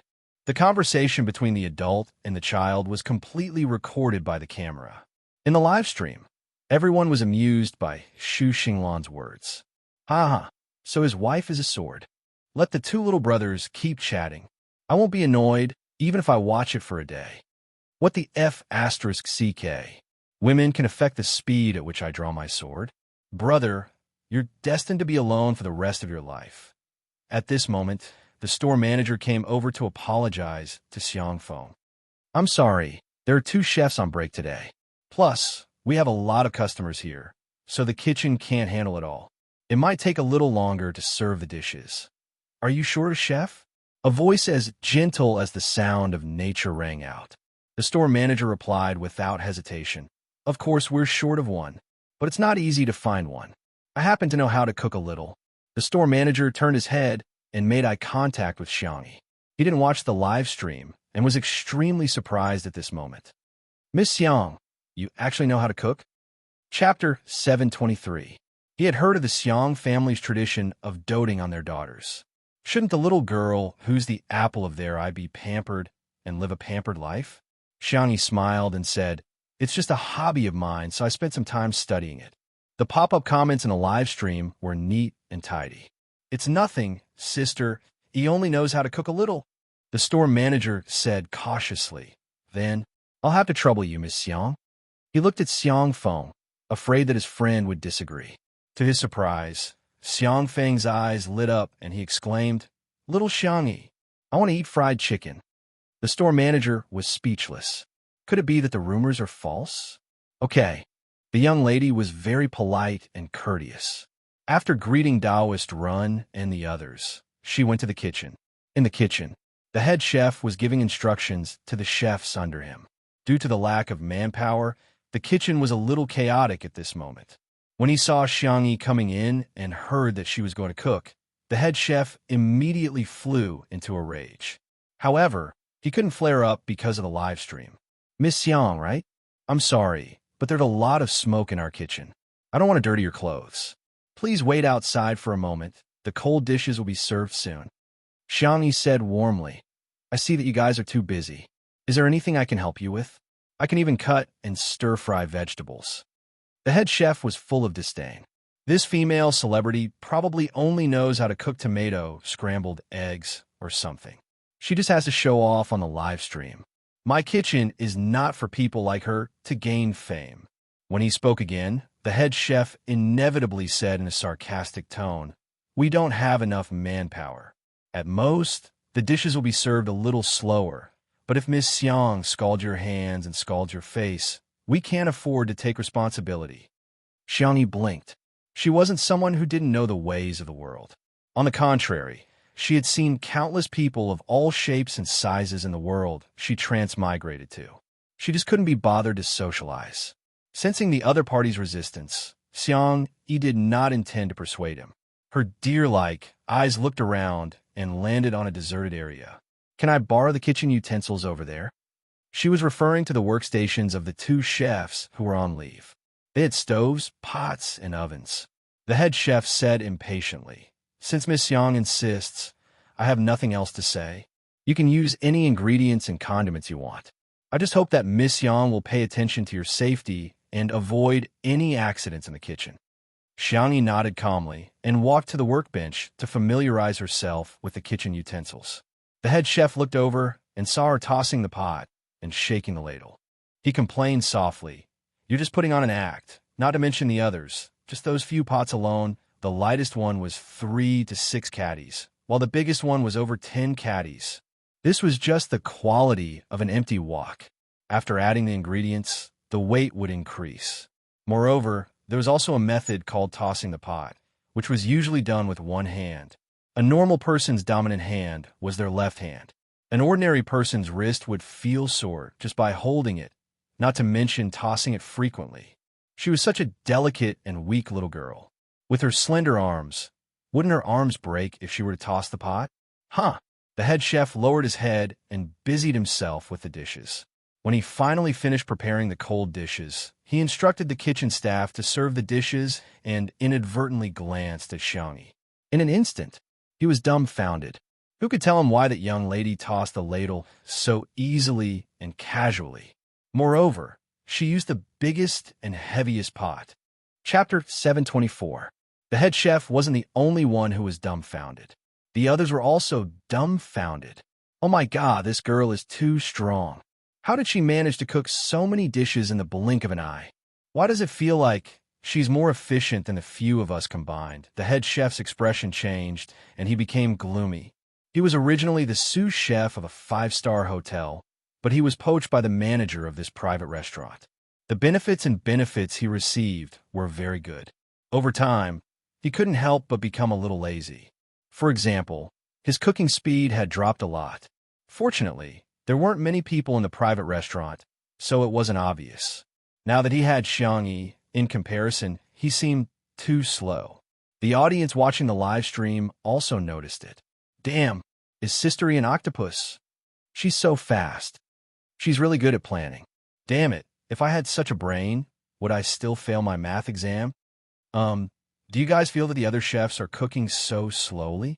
Xiangyi has already cooked a few dishes, but they're still making cold dishes. I didn't notice it before you mentioned it, but now that you mention it, it's really... They're not as fast as Xiangyi." In order to regain his position in front of everyone, the head chef said with a cold expression, "You two choppers, hurry up, don't dilly-dally." Although he was urging, he didn't forget to remind Xiangyi, "Don't blindly pursue speed. After all, we're a high-end private restaurant, and the dishes must be exquisite. If you cook in a big pot, the customers will be very disappointed." The head chef was still very confident in his seasoning and plate presentation skills. After all, he had been doing this for decades, and he had some real skills. However, when two cooks came over to serve the dishes, they each brought one for him and one for Xiangyi. Coincidentally, both of them were making a salad with assorted vegetables, and the dishes they chose were similar. They both included tofu skin, carrots, potatoes, cucumbers, enoki mushrooms, lotus roots, and other ingredients. The head chef's plate presentation was arranged in a circle, and each dish took up a spot. He even used carrots as decorations. Although it was exquisite, but the aesthetic was slightly rustic. Xiangyi arranged the dishes in a Tai Chi pattern. The ingredients on the bottom layer were shredded, while the ingredients on the top layer were diced. Peanuts and sesame seeds were sprinkled on top. It was simple, but it was ingenious. For some reason, it looked better than the head chef's dish presentation. This little girl is quite pretty. Yeah, the colors match so well. It's so harmonious. Everyone admired the strong, and the chefs were no exception. They couldn't help but praise Xiangyi. This compliment angered the head chef. What do you know? Do you work with your hands or your mouth? Hurry up and cook. Everyone immediately fell silent. However, by the time the chef had finished his third dish, Xiangyi had already finished her sixth dish. She also made some soy milk boxes and pudding and put them in the fridge for dessert. Xiangyi calculated that the dishes were enough for a while, so she poured a pot of oil and started to make fried chicken. When she first started making the cold dishes, she had already marinated the chicken. Flour, starch, egg, honey, and other ingredients were mixed well. She threw the tender and juicy chicken into it, rolled it around, and soaked it in the oil. Sizzle. The unique sound of explosives was transmitted to everyone's electronic devices through the top-notch sound recording equipment. Chapter 725. The audience was going crazy. I'm swallowing my saliva like crazy. She's releasing poison in the middle of the night. I was planning to go on a diet, but I've already opened some perverted apps. I'm different from you guys. In addition to the fried chicken, I've also ordered barbecued prawn shell and milk tea. At this moment, the first batch of fried chicken was almost done. Xiangyi scooped out the fried chicken with a colander. The skin was crispy and light yellow, and the camera zoomed in on it. The grease could even be seen dripping off bit by bit. Everyone. How is this a lifestyle variety show? This is a food variety show. After drying the fried chicken in oil, Xiangyi fried it a second time. This time, the color of the fried chicken turned into an appetizing golden yellow, and the skin became scaly. It looked even more delicious than the ones bought from fast food restaurants. Xiangyi used a large wok to fry a lot of fried chicken in one go, and she got someone to bring it out. In the courtyard, perhaps by coincidence, Xu Xinglan and Ren Daozhong sat together. The two of them talked about swordsmanship for a while, and it seemed that they were kindred spirits. Xu Xinglan held his little wife, the spare sword in addition to the broken one, and said seriously, "In this world, nothing is more important than my sword." The audience in the live stream automatically interpreted his words as, "In this world, nothing is more important than my wife." Then, the fried chicken was served. The domineering aroma instantly silenced the noisy courtyard. Even the Taoist masters, who were usually indifferent to good food, suddenly felt a little hungry at this time. Xiang Feng laughed wildly. "Our little bunny is so obedient." He picked up a large drumstick and handed it to Shi Yu, as per the usual practice of the Xiang family. The little boy took it, feeling a little flattered as he stared at it in a daze for a long time. He took a whiff, almost greedily. "It smells so good." Xiang Feng put the other drumstick into the rice bowl in front of him. A glutton's soul. A glutton needs a basin to eat. A life without a bowl of rice is a life without a soul. Ren Daozhong chuckled and took out his own wok.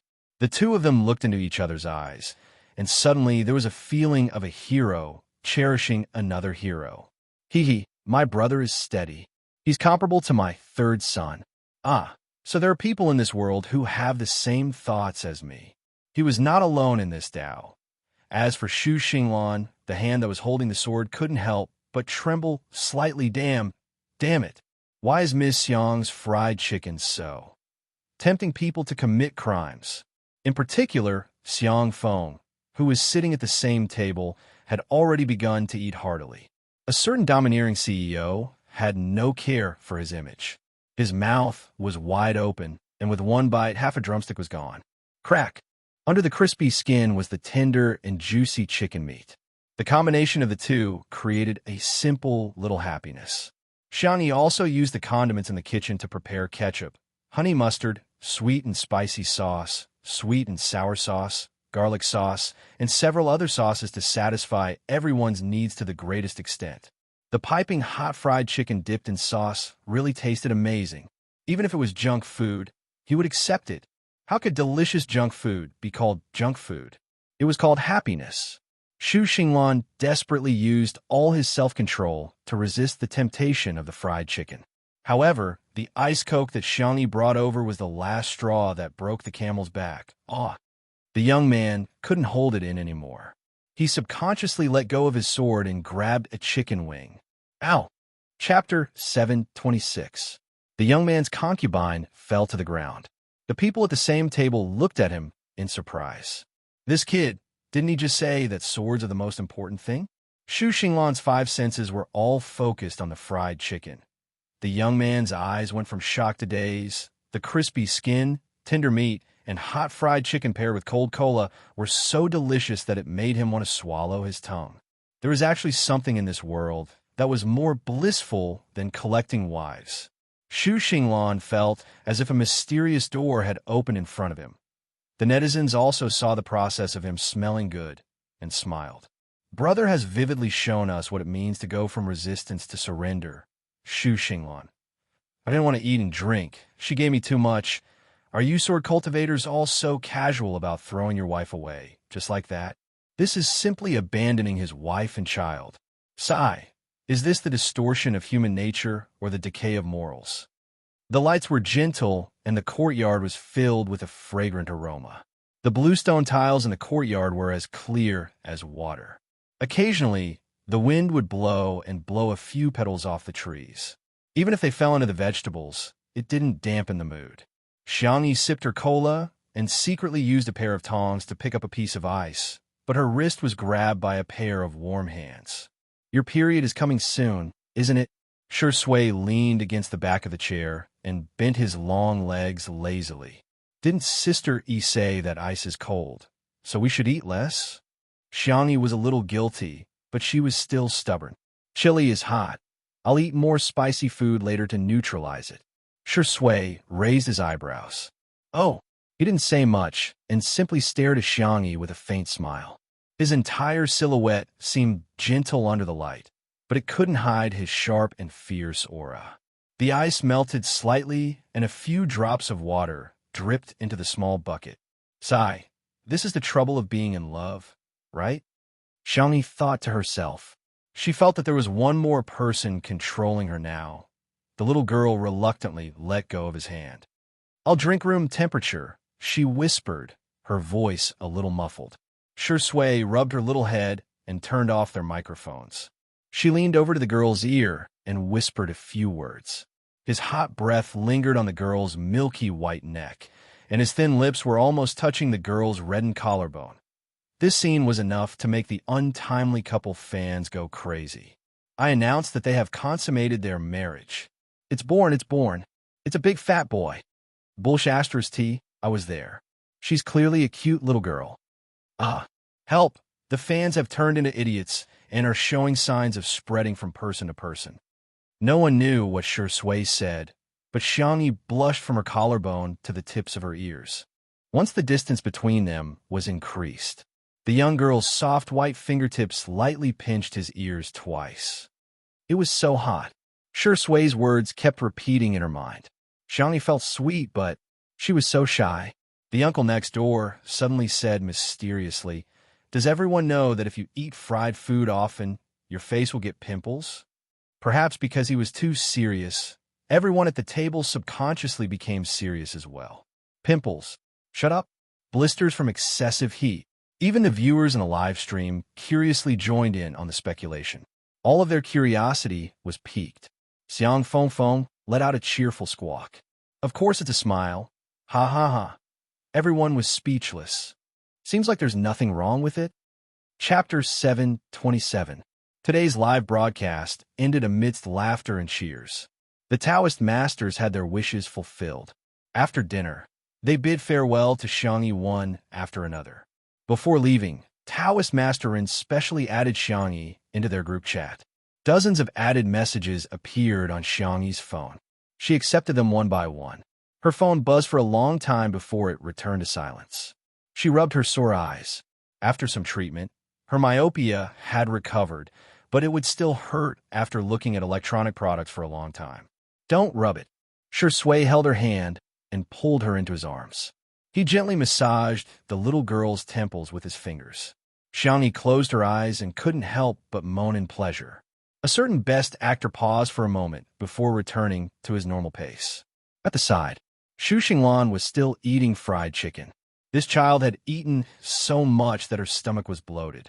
Yu looked at Shi Sui and Xiangyi curiously. The way they interacted was a little strange to him. His parents didn't have a good relationship. Yu, children shouldn't always watch others show off their affection. Xiang Feng patted Shiyu's shoulder and said in an experienced tone, "Otherwise, you'll only be a single dog when you grow up." Shiyu asked innocently, "Grandpa, why don't you find a grandma?" Xiang Feng sighed. "You don't understand. I clearly want to find one, but every time I see a girl, I don't want to socialize. Wanting someone to accompany him, but also wanting to be alone. This was the trouble of modern adults." Shiryu said, "Grandpa, have you ever thought that your thinking is too narrow? Why do you have to have requirements about gender?" Xiang Feng, question mark. "A child's words carry no harm." "It must be a child's words," Shiryu continued. "It's also possible that someone else has a request, but Grandpa, you didn't fulfill that request." Xu Xinglan chewed on a chicken wing and puffed up her cheeks. "Little brother, what you said makes a lot of sense." Xiang Feng. Were all the little brat's words so hurtful these days?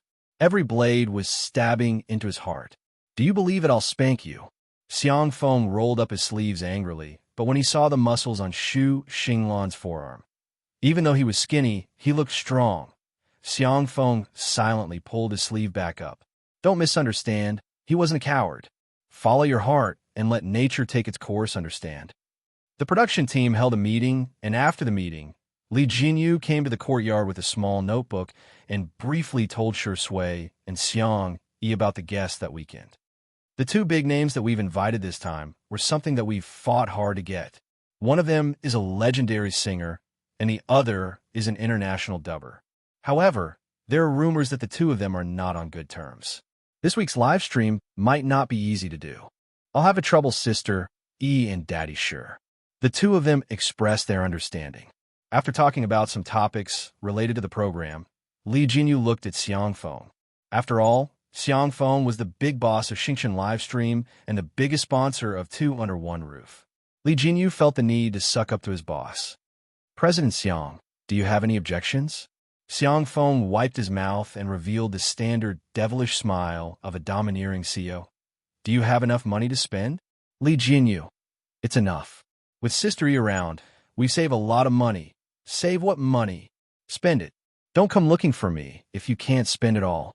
Li Jinyu. "Huh? Using money to insult me? So what?" In the next second, his loud and cheerful voice sounded in the courtyard. "Okay, thank you, Daddy." Chapter 728. Everyone couldn't help but laugh at Li Jinyu's obsequious behavior. The crew of Two Under One Roof was basically made up of young people, and the atmosphere had always been good. They also had a strong and unshakable core cohesion. Sister Yi's cooking.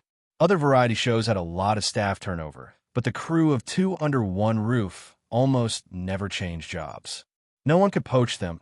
Other variety shows are also speechless. "We've already offered such a high price. You guys should at least be tempted. Is Xiangyi's cooking really that good?" Everyone got into a car and rushed to Little Rabbit Farm. The moment Xiangyi got into the car, a familiar notification sounded in her mind. Ding!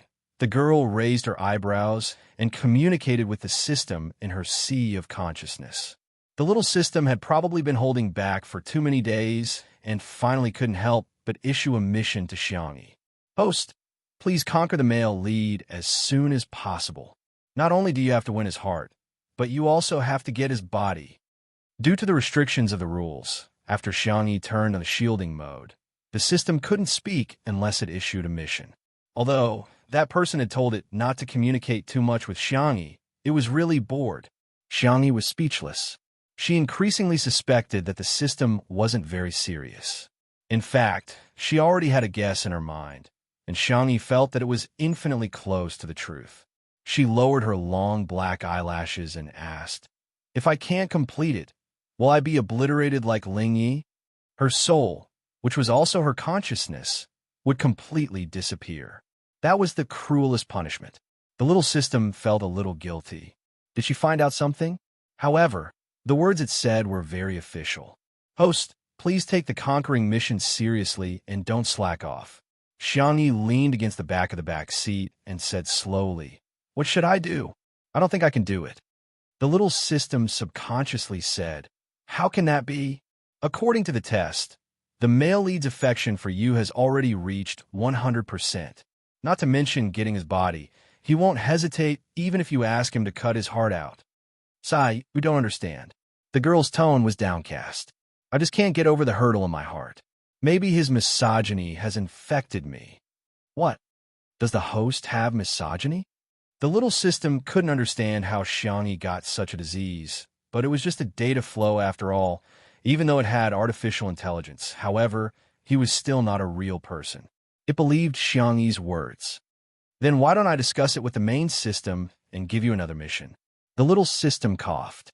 You just have to focus on your career and work hard to become the most popular female celebrity. Here, let's set this as a side mission. It thought that it had thought of the most logical and perfect solution, but Xiangyi instantly found a loophole. Is it you? Or is it you guys? The young girl's question seemed to come out of nowhere, but it shocked the little system. If it had a physical body, its hair would have stood on end. The little system was silent for a long time, trying to play dead. It's okay if it's not convenient to talk about it. I just want to ask, is he okay? Woo woo woo. Ishan was so smart. As expected of the gold medal support who had completed all the transmigration missions. It said weakly, he just exists in a different form. Although she didn't give a clear answer, the young girl's eyebrows still curved. That's really, really great. Chapter 729. Upon hearing her words, the system began to tear up again, although it didn't have a nose. Sob, sob, sob. Goddessy is so gentle. I actually participated in the plan to deceive her. The little system was rolling around in a sea of numbers. Ah, should I apologize to Yishun? She's such a nice person. She'll forgive me, right? In the manner. Xu Xinglan tagged along, blushing. Although the young man said that he wanted to ask Xiangyi for advice on swordsmanship, understood everything. She didn't expose him for the sake of the Xu family. Xiang Feng led him and Shiyu to the hot spring at Little Rabbit Farm to take a bath. Shi Sui returned to her room to take a shower. As for Xiangyi, she had already changed into comfortable home clothes and switched on the television to watch a variety show. She then hugged Xiao Naofu and little Shiji in her arms. All of a sudden, the television began to buzz and black and white static appeared. Afterwards, Xiangyi sensed that someone was contacting her in her sea of consciousness. She closed her eyes and focused her thoughts. At the same time, she also allowed herself to fall asleep. In the familiar space, she saw a familiar figure. It was a pale and exquisite young man who was as beautiful as an angel. It was Ling Yi. He was someone Xiangyi knew when she was about to transmigrate. Previously, he had once occupied the body of Ling Yi in this dimension to assist Qin Wanyan in her mission. However, he suddenly disappeared later on. Xiangyi once thought that he had been erased by the system. However, she later sensed that something was amiss. Xiangyi tried several times, but the new system that she had bound herself to gave her too much freedom. It didn't seem like it wanted her to complete the mission as soon as possible. Instead, it seemed like she would never be able to complete the mission. She then thought about what Ling Yi had done previously. Xiangyi guessed that the system had something to do with Ling Yi. However, she didn't expect Ling Yi to take the initiative to look for her. Their gazes met gently in the air. The system remained silent and didn't dare to speak. After a long silence, Ling Yi said, "Long time no see, sister." Xiangyi responded calmly, "Long time no see." Ling Yi said helplessly, "I knew you would guess it." However, he also knew that if he used this trick on others, it would definitely be seen through if he used it on his sister. It was only a matter of time. Xiangyi asked gently, "Are you okay?" The young man gulped. Perhaps only his sister would care about him. That's pretty good. Ling Yi smiled. "Big sis, I lied to you. How are you going to punish me? I think you have your own reasons. Sister, aren't you going to ask what it is? Your matters have nothing to do with me." So cold. The young man shrugged. It seems that I've been thinking too much. Sister really doesn't care about me. He had planned so much to show off to Xiangni. There would also be a look, I've gotten rid of the main system. Am I awesome? This kind of mentality. But in the end, Xiangni didn't care about this so-called system at all. Xiangni looked at him. Will you be discovered? Ling Ye's dim eyes suddenly lit up. Sister, are you worried about me? Xiangni said helplessly. We've known each other for a while. I don't want to see you get erased. Ling Yi said confidently. No. He emphasized, absolutely not. He walked toward Xiangni. His appearance changed little by little until it finally settled on a young man with black hair and tea eyes. He looked somewhat similar to Ling Yi, but he was more dazzling and arrogant.